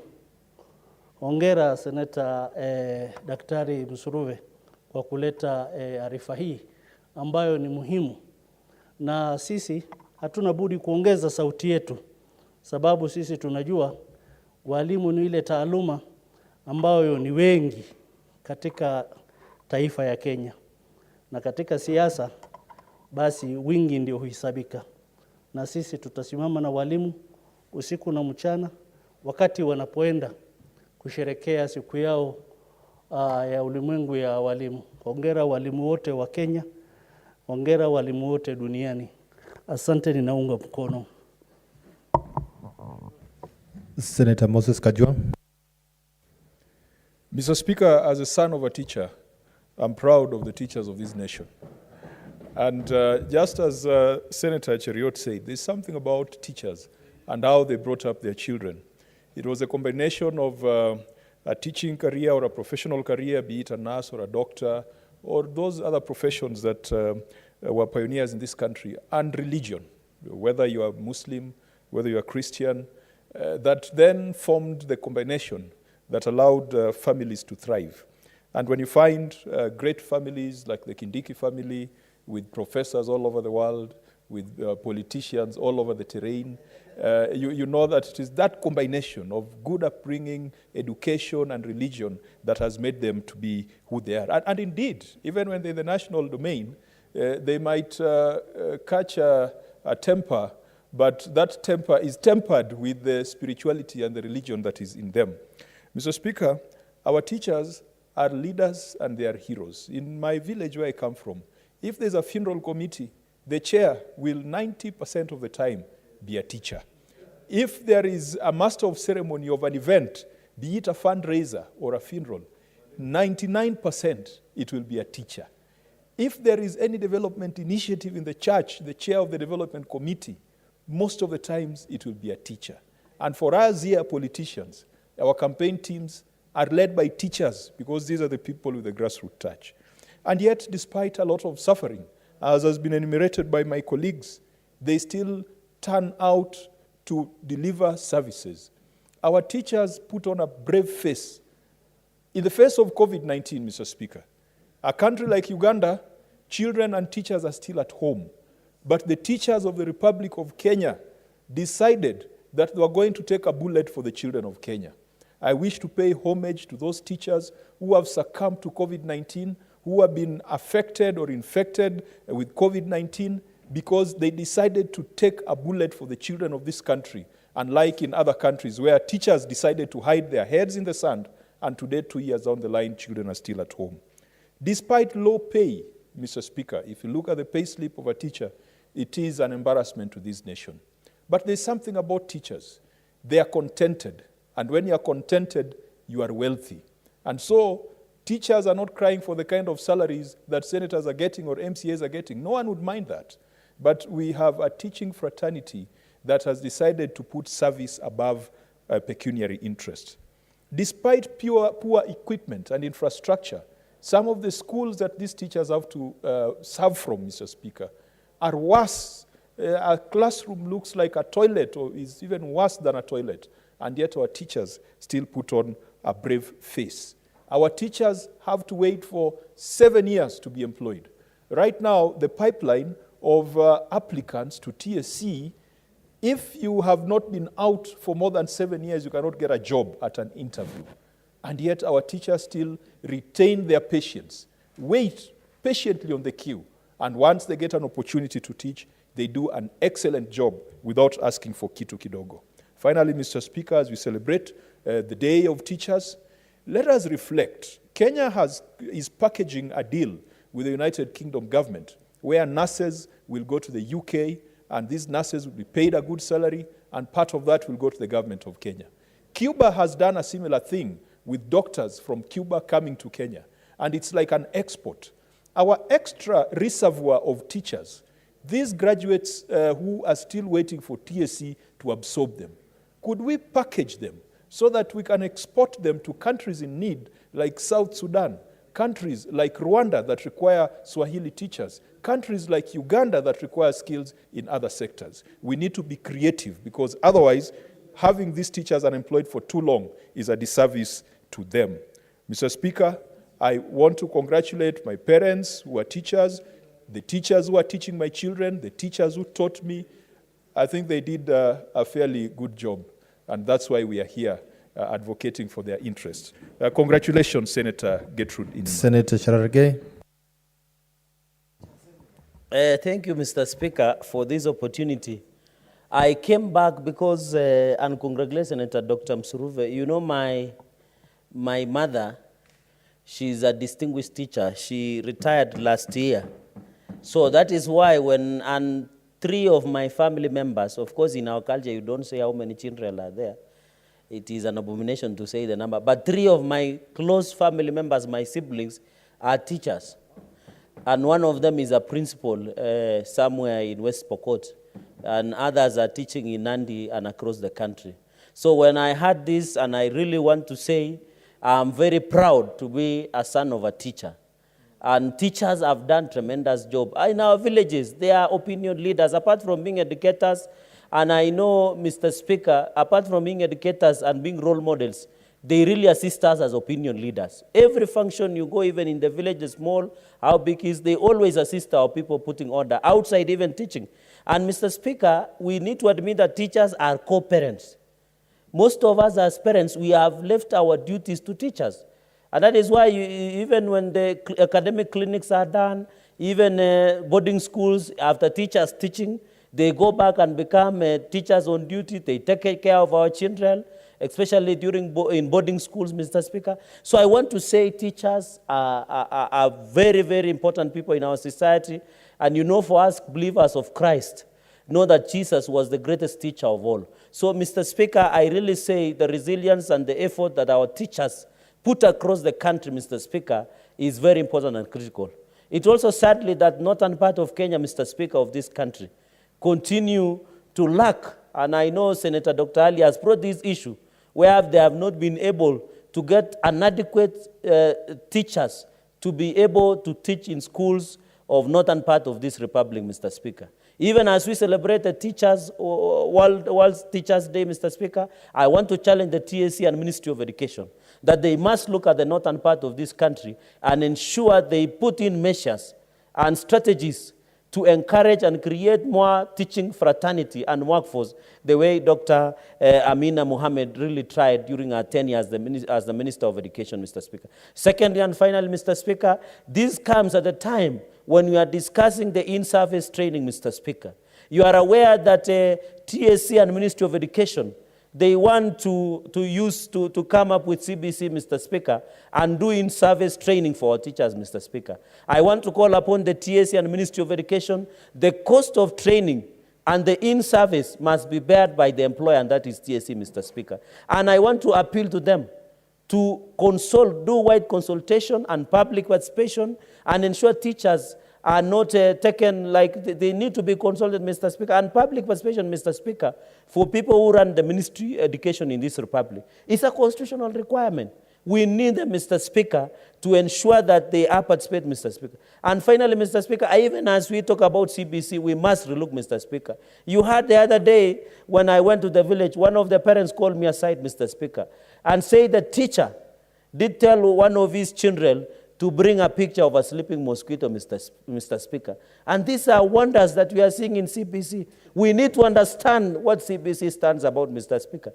Mr. Speaker, we are being told a story where, Mr. Speaker, the teacher took the children on the road, and the matatu driver did not have passengers that day. And he was excited when the teacher and the children flagged down the matatu. When the matatu stopped, the teacher told the children, Mr. Speaker, that is how you stop a matatu, and they didn't board. You can realize the disappointment of the driver and the conductor that day, Mr. Speaker. So we need to really demystify what is CBC and let Kenyans understand what is happening. I thank you, Mr. Speaker, and wish all the teachers happy Teachers World Day and wish them well and assure them that we give them unconditional support as a Senate. I thank you, Mr. Speaker. Senator Dulo.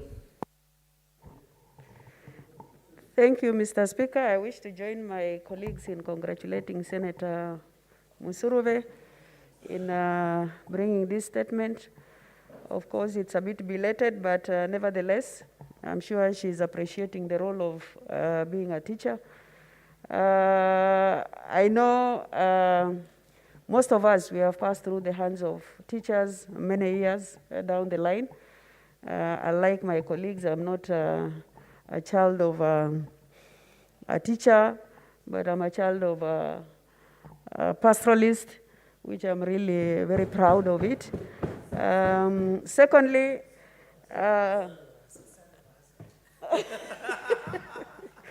no. I am a daughter of pastoralists. Yeah. So, Mr. Speaker, I really wish to congratulate teachers on this occasion. I know teachers are very serious members of our society, especially they go through a lot of hardship. I have one of my teachers who is seated behind me, having passed through his hand. He was a very serious teacher who was committed in his work, because I know I passed through his hand, and very diligent again for that matter.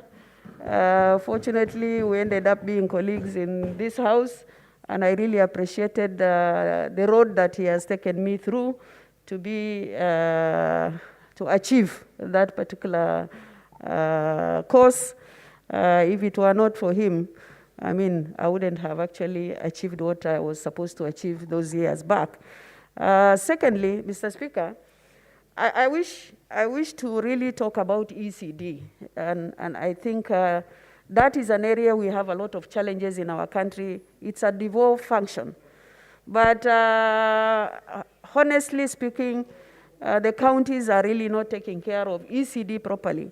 Because especially in my county, you will find kids are still sitting on stones without desks. Sometimes even under a tree, without a roof over their head.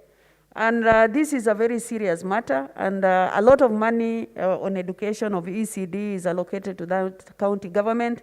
And I wish county assemblies should be able to take this matter very seriously, because that level of education is a level of foundation where we should carefully treat kids at that age, because if they are not taken care of at that particular age, they will be demoralized in education, especially where I come from. I think we really need to have a serious discussion on that area. And again, the issue of delocalization, Mr. Speaker. Issues of delocalization is really a challenging issue in our counties, especially looking at the kind of salaries teachers are earning, and they are posted in areas that are outside their home. With the kind of salary they are getting, and they leave families behind, they barely actually meet their costs and also take care of themselves. And this is a matter TSC needs to consider if really we are serious about education of our children in this country. Therefore, I support this statement, and I congratulate Senator Musuruve and also teachers in this country. I thank you. Senator Dr. Ali.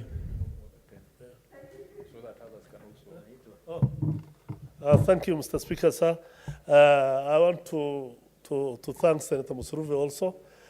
Even if I'm not a son of a teacher, as Senator Dulo said, but I have been a teacher once as well, as a UT teacher. So when you have been a UT, then you're also a teacher. Is that not the case? Yes. So I want to congratulate all teachers for the World Teachers' Day, and thank them for the job they've done, because all of us here have passed through the hands of teachers from nursery school up to university. And up to now, we still have some teachers, because when we discuss among ourselves, when people give you information on issues, then that one, you are still learning process. So the learning process, it never stops. And when you talk of learning and knowledge, you can go. In our region, the Prophet said that you can go anywhere, as far as China. In those days, you know, when there were no vehicles, no planes, no nothing, as far as China, to go and get knowledge. So knowledge is very important, and teachers are those ones who impact the knowledge. So we should congratulate our teachers wherever they are, and whatever they are doing, whether they are in ECDs. And for the case of the ECDs, we have problems, as it has been mentioned. They don't get enough money, they don't get enough training, and possibly they don't even have enough materials. So we want to urge all those people who are dealing with teachers, especially TSC, to be more, to feel how teachers are and what they do. Any corner of this country you go, you will find a teacher. You will find a teacher. But the way they are handled and the way they are treated of late is not very good. So, happy Teachers' Day. Thank you, Madam Speaker.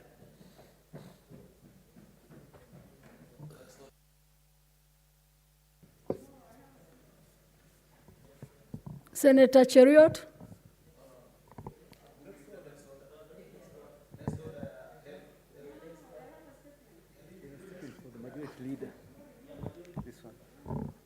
Okay, Senate Majority Leader.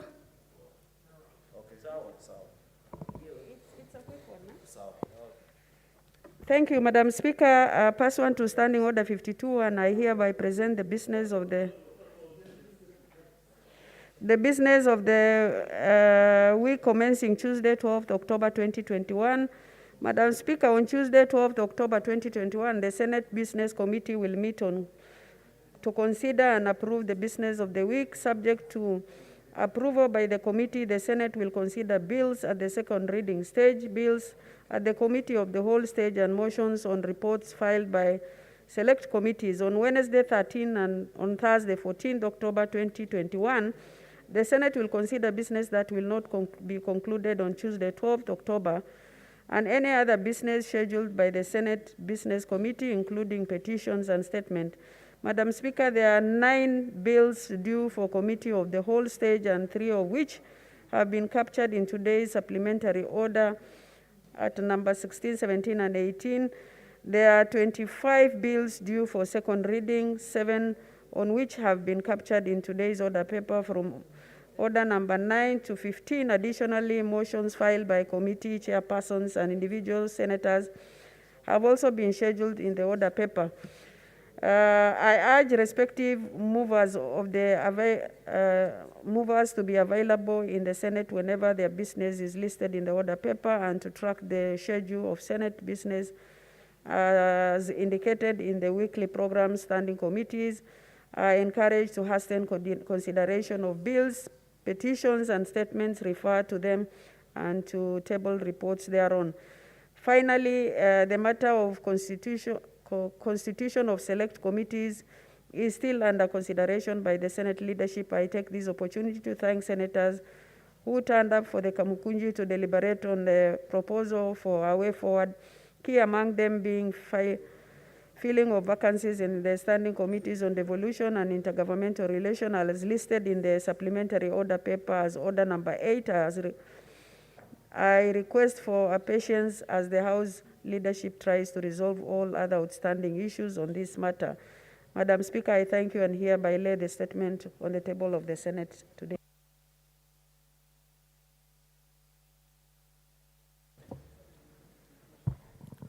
Next order.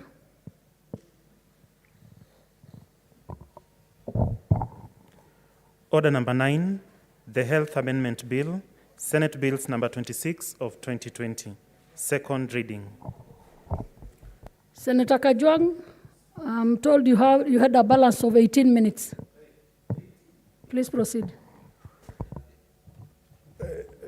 Madam Speaker, I don't intend to take 18 minutes because I know my colleagues are also keen on this particular subject, and so I want to urge that someone should bang something if I exceed 5 minutes. Madam Speaker, yesterday I started by stating that I support this amendment bill because we have all cried that the manner in which health workers are treated is not optimum. And unfortunately, unless we amend the Constitution, because the Constitution already devolved the health workers to the counties, it becomes very difficult to find a coordinated way of managing them. And that is why in the Health Act, the Health Human Resource Advisory Council was established. And it was meant to advise the stakeholders, the Cabinet Secretary and county government on issues to do with the welfare of health workers. Madam Speaker, allow me, even as we talk to this bill, to observe those health workers who lost their lives in the pandemic. If you look at it keenly, you might find that more health workers have died in this pandemic than Kenyan soldiers in Somalia.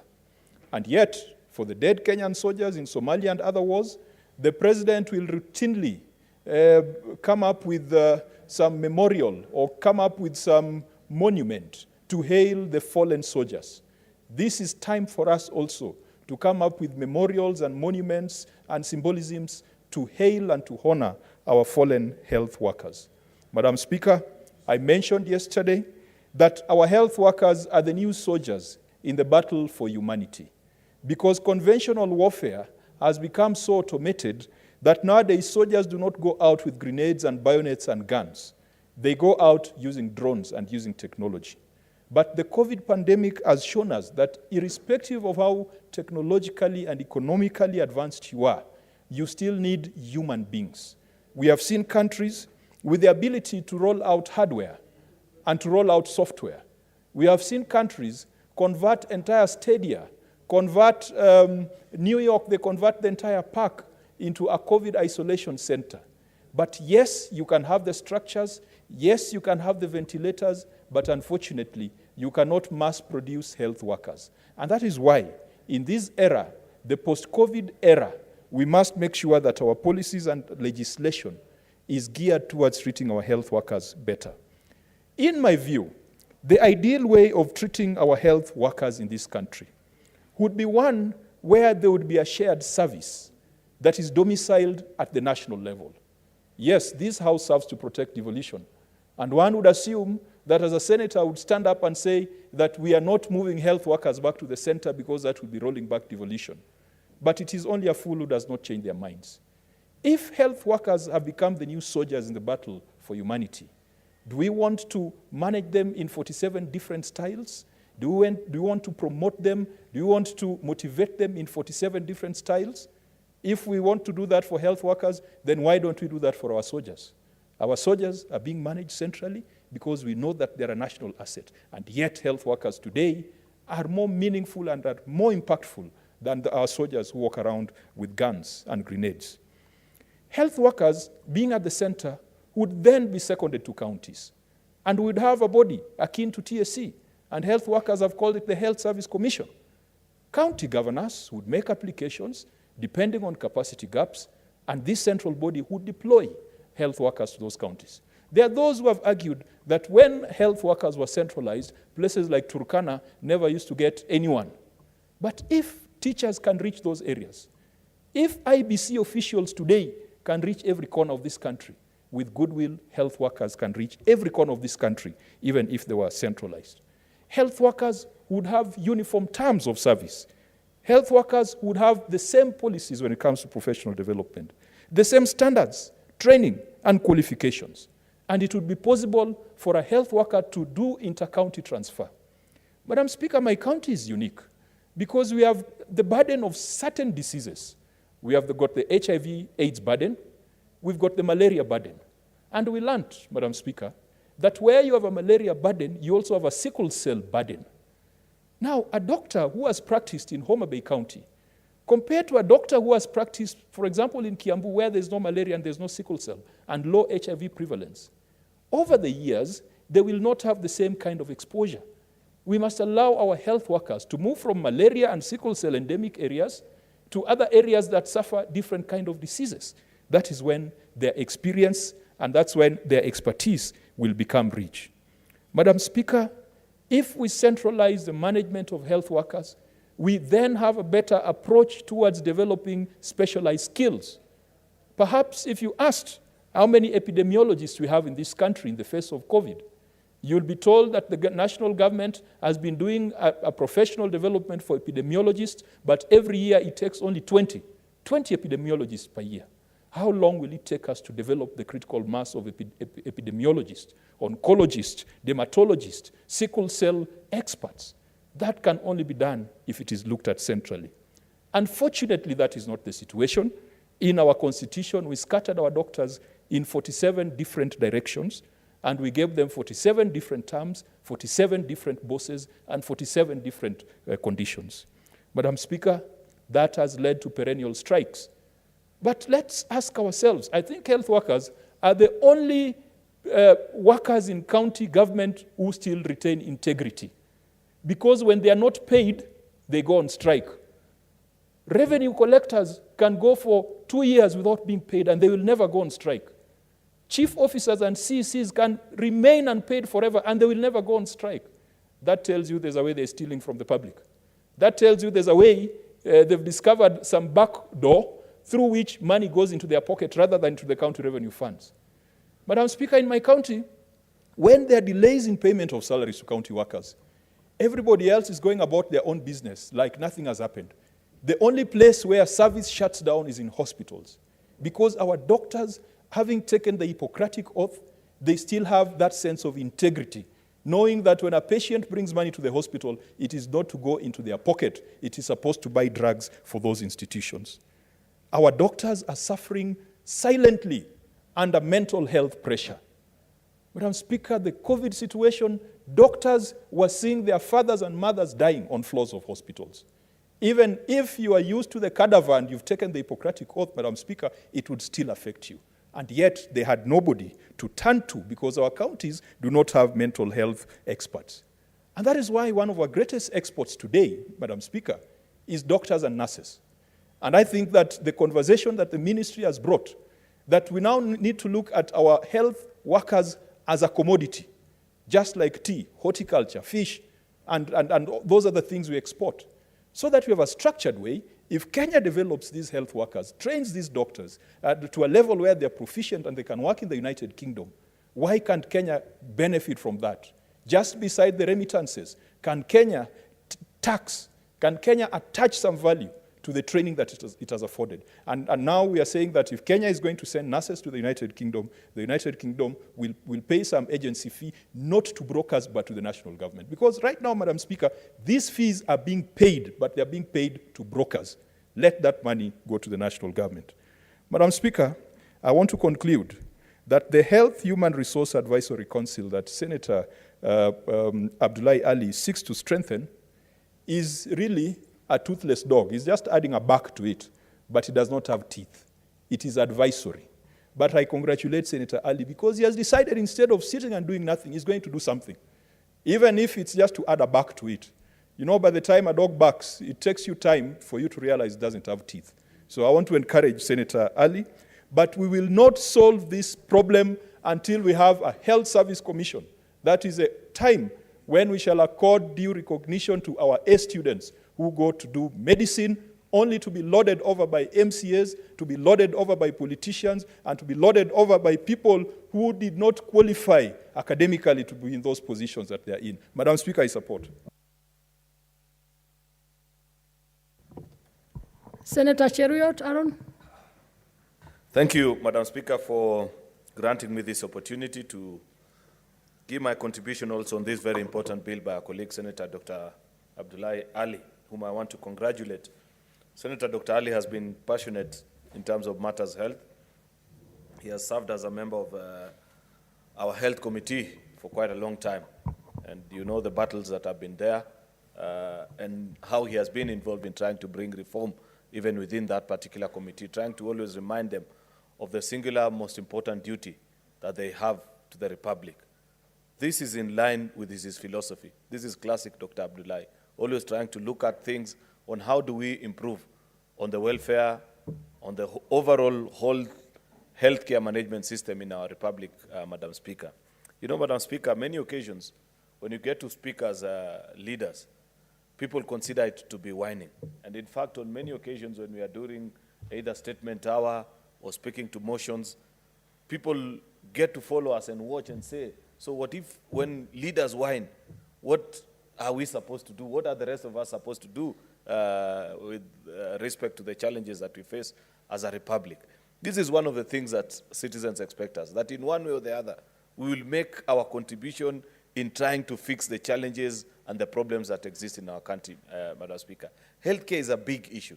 In fact, I had mentioned this earlier today in the afternoon, Madam Speaker, that outside of public debt and unemployment, I cannot think of any other more pressing crisis in this country other than in the health sector, Madam Speaker. When you look at the challenges of your constituents, and it's one of the avenues I use to measure what challenges and what needs are pressing the people that I represent in this constituency more, you'll realize that out of perhaps 10 requests that you get for need for assistance out of people reaching out to you, Madam Speaker, 9 will be actually health related. People trying to say, please assist with this regards. You have a sick patient who we are not unable to pay for, and those kind of things. All this is testament to a failed public health system in our republic, Madam Speaker. And it's unfortunate because we are in an election year. You'd expect that, like good adults in a room, we'd be able to sit down and stop the noise, the sloganeering, trying to appear saintly than the others. I do not think, and this is very clear in my mind, that there is any leader currently among us all those who are seeking either for positions to be president, who can have the moral authority to point at the other and claim innocence in the challenges that are bedeviling our nation. In one way or the other, they've all had their own contribution, have failed in this regard or the other, have had the opportunity to serve us in different capacities. Therefore, you'd expect that at this particular time, we'd be trying to look into solutions such as what is being proposed in this particular bill. And you'd expect what is a health policy, what is a health proposition that a particular candidate is giving to the Republic. Because you do know that from 2017, this current administration gave out a promise of the Big Four agenda. It's unfortunate because we lost track and focus on other nuances that have completely not assisted anyone, Madam Speaker, and lost track of a very important exercise in the name of focusing on one of the Big Four agendas, which was a universal health coverage. That will, if we had executed that program successfully, Madam Speaker, would have ensured that the 47 million of us, despite the cost that will have been needed, at least will have the opportunity to receive proper medical attention when they are not feeling well, be able to be taken to a working public health facility, be it a dispensary, a health center, or even a county referral hospital, Madam Speaker. But I can speak authoritatively because I know this for a fact, that many of our health facilities have collapsed. And on many occasions, we just focus on the hardware. And we forget one very important aspect about it. That it doesn't matter how good the equipment you put in many of our hospitals, Madam Speaker, if you do not handle the human resource, as is being proposed by Dr. Ali, then you're missing the point. You do not, there's absolutely nothing that you're solving because you are only, a hospital is only as good as the doctors, as the nurses, as the healthcare workers as in that particular institution, Madam Speaker. If they do not have, if they haven't been properly remunerated, properly kitted in terms of the equipment and the materials that they need to execute their work, then there is absolutely nothing that you're doing, Madam Speaker. In this day and age, and this is a tragedy of our time, Madam Speaker, that actually many of our doctors are leaving the country, and justifiably so. By the way, even if I was one of them as well, looking at how doctors are being treated in this particular country, you cannot begrudge any of them, those who have chosen to try and ply their trade elsewhere. Because most of our doctors and nurses and practitioners in the healthcare industry are some of the best trained in any part of the world. By the time you see the government of the United Kingdom approving that Kenya supplies them with 20,000 nurses, it means that they are satisfied with the kind of training curriculum that is being afforded to them. They know these are people that are properly trained. But then what happens after we train them? We come and start pushing them between one office to the other. A governor wakes up today. I saw today a post of, I think it is Governor Ngilu in Kitui, who has withheld salaries of doctors who have gone to actually increase their knowledge. They are on study leave. When a doctor goes on study leave, I don't think they have gone to study farming. I don't think they have gone to study business management skills. They have actually gone to seek better knowledge so that they can treat citizens better. They need to be paid for it. It happens in every other profession. Career development is part of human resource practices that are respected in every part. Yet you find governors treat them as they care. How many times have we seen many of our medical practitioners having to demonstrate to even just get protective equipment that they use while treating people in hospitals, Madam Speaker? It is unfortunate. It is a shame of this current leadership, all of us together bound as one. And Dr. Ali has given us at least an exit through which we can try and resolve this issue. Never mind that this advisory council is at policy level only. Even that is just a good beginning, Madam Speaker, because it points out to the issue that I've spoken to earlier, that this is almost a challenge similar to the one that we had with ECD teachers, where you find that in one particular county, how they are being treated is separate from how another county handles their particular issues. This creates competitions among counties. There are counties where today they do not attract medical professionals because they know that they are least paid, they are not well taken care of, they cannot find even good housing, and many of these things that you would expect by the time you're starting to be a medical doctor. Madam Speaker, it's common sense that the best of our students in all our institutions, all the people that were top in our classes for the institutions, high school institutions that we went to, they went on to study medicine. Yet, unfortunately, years down the line, to them it looks like it was a wrong decision. Yet at that particular time, they thought that they are setting themselves up on a good career where they'll be able to serve humanity. But given how we have mismanaged the health sector, Madam Speaker, it's a big challenge and a wake-up call to us, Madam Speaker. I know, as a House, we've had opportunity to reflect on the many challenges that are happening in the health sector and value chain as a whole. I hope when opportunities such as this present themselves, we will make our mark, we will make our contribution. I give my stamp of approval and vote on behalf of the people of Kericho for this bill because I believe it is important for us to have a unified policy in terms of how we treat our healthcare practitioners across the country so that doctors can know that at least in terms of policy on promotion, study leave, all these many things that, that this advisory council is supposed to do, there'll be one unified institution. And that is what Senator Dr. Ali is proposing to us. I support that one 100%, Madam Speaker, so that once we have sorted the human resource issues, we can think about their remuneration, Madam Speaker. We need to pay our doctors well because we know the amount of work that it goes for them, even in terms of training alone. It takes longer than any other profession. There is no other profession that trains longer than want to be a doctor. And even as they move on to specialize, it takes a lot of time.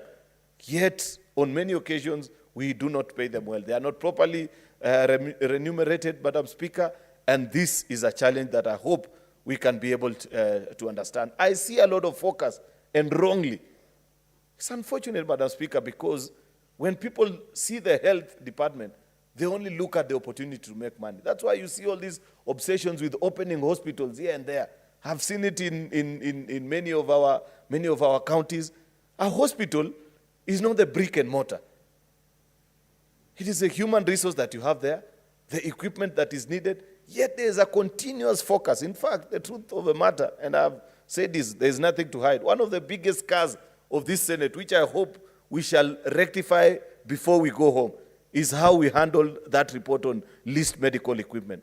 Madam Speaker, I have put today a notice to the Speaker, a desire for us to have a chance to look at that report because on that day when we voted, many of us agreed with many of the findings but only had issues with the recommendations. We are being presented, and I hope those that serve in leadership will present us with an opportunity with a chance to look at that particular report because it spoke to many things on policy, the equipment that we are purchasing, and all the challenges that went into it. People went and benefited from themselves. That close to 60 billion close of a deal is money that we'll have used to fix many of the challenges that our healthcare workers continue to face in our counties, Madam Speaker. And it's a shame that up to this particular moment, no House of Parliament, not National Assembly, not us in the Senate, have been able to address themselves to that particular issue. I hope we grow to a point of understanding that as much as you want to have a good equipment in a good hospital,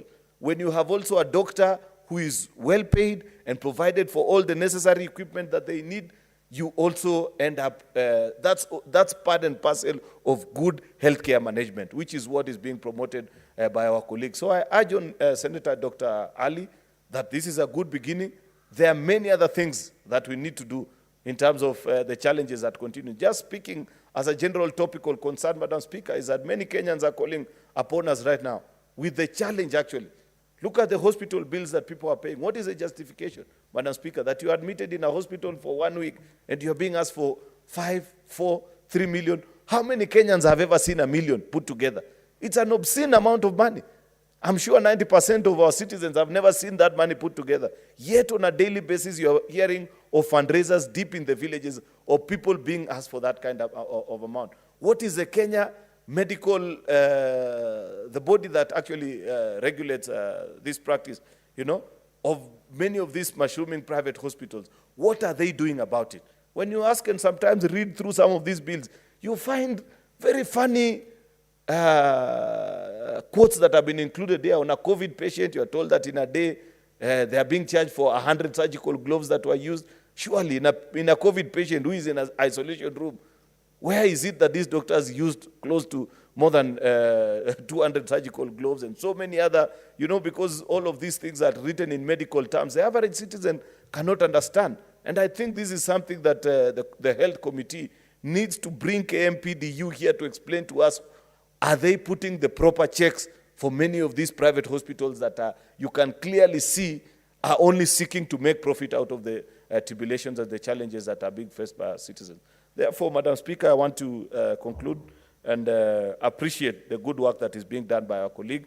I hope that he grows on from here and even suggest better things that we can do as a Senate before the end of our term to salvage the very ugly situation in our public health system in this Republic, Madam Speaker. With those remarks, I support.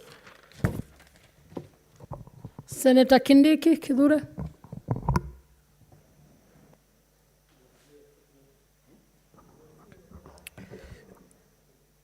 Madam Speaker, I thank you.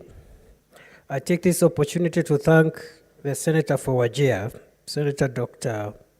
Abdullahi, for living true and being faithful to his professional calling and bringing this bill on the welfare of our medical personnel across the country. Honorable Speaker, one hopes that this bill will help to mitigate the problems that are being faced by our medical personnel across this country. Many of the most qualified medics are abandoning the profession for other things after realizing that nobody appreciates their many years of sacrifice in school.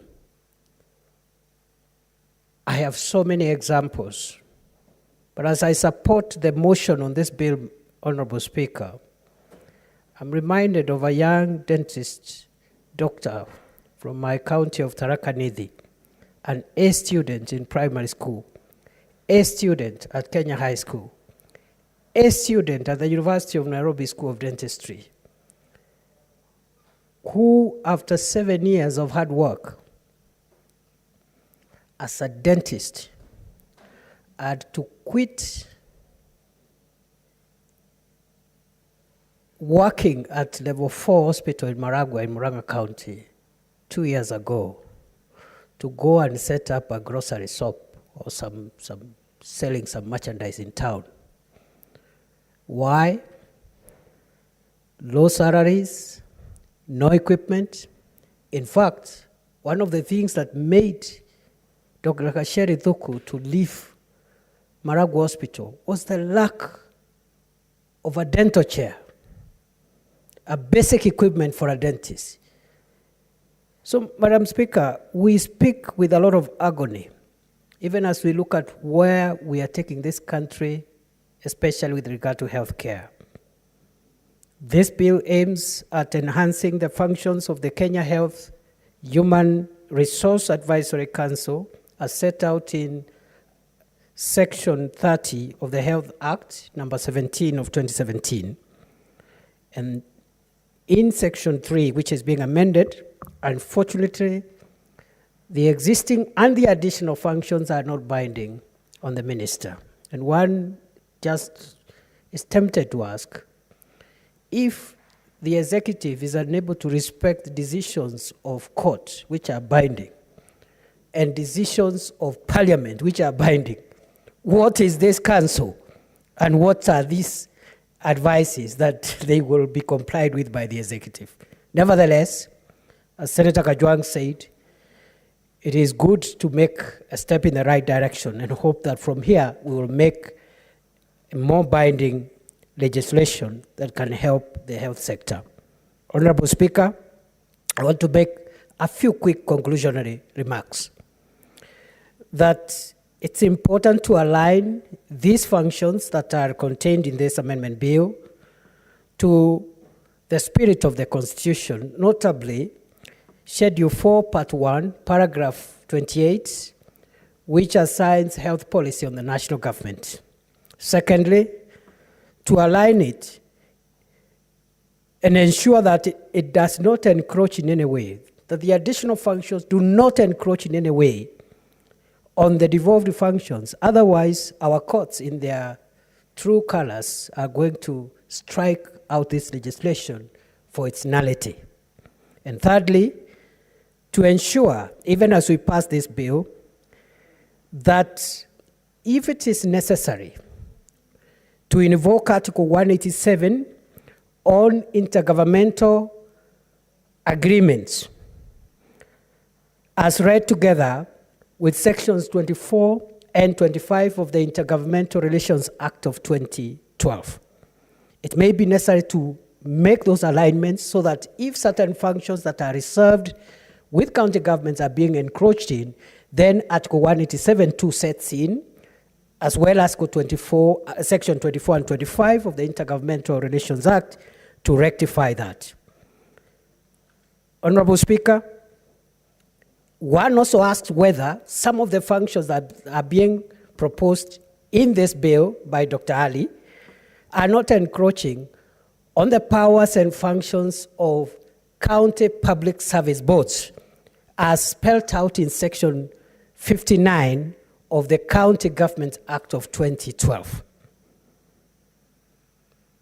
I end by saying, again on that note, on the relationship between these functions and the functions of the County Public Service Board, by saying that the only oversight, the only encroachment on the powers of county public service boards that is allowed in our Constitution is the oversight of the Public Service Commission. And I have on authority Article 232 of the Constitution, read together with Article 234, Paragraph 2 of the Constitution, and Article 235 of the Constitution.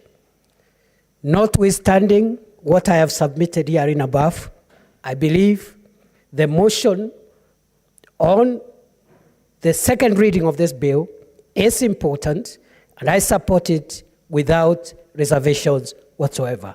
Thank you, Honorable Speaker. Senator Fatuma Dulo.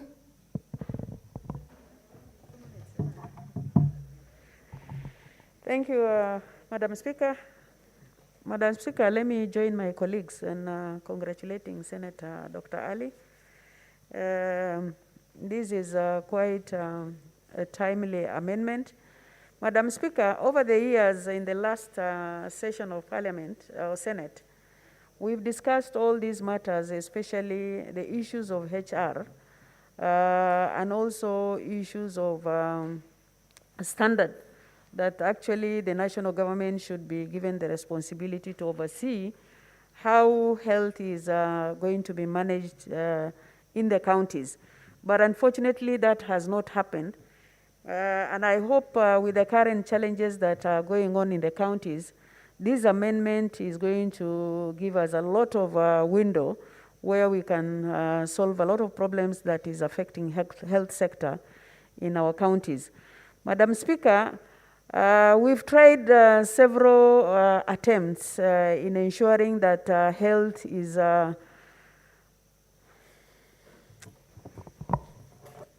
Senator Dulo, you'll have a balance of 19 minutes. Honorable Senators, it is now 6:30 p.m., time to adjourn the House.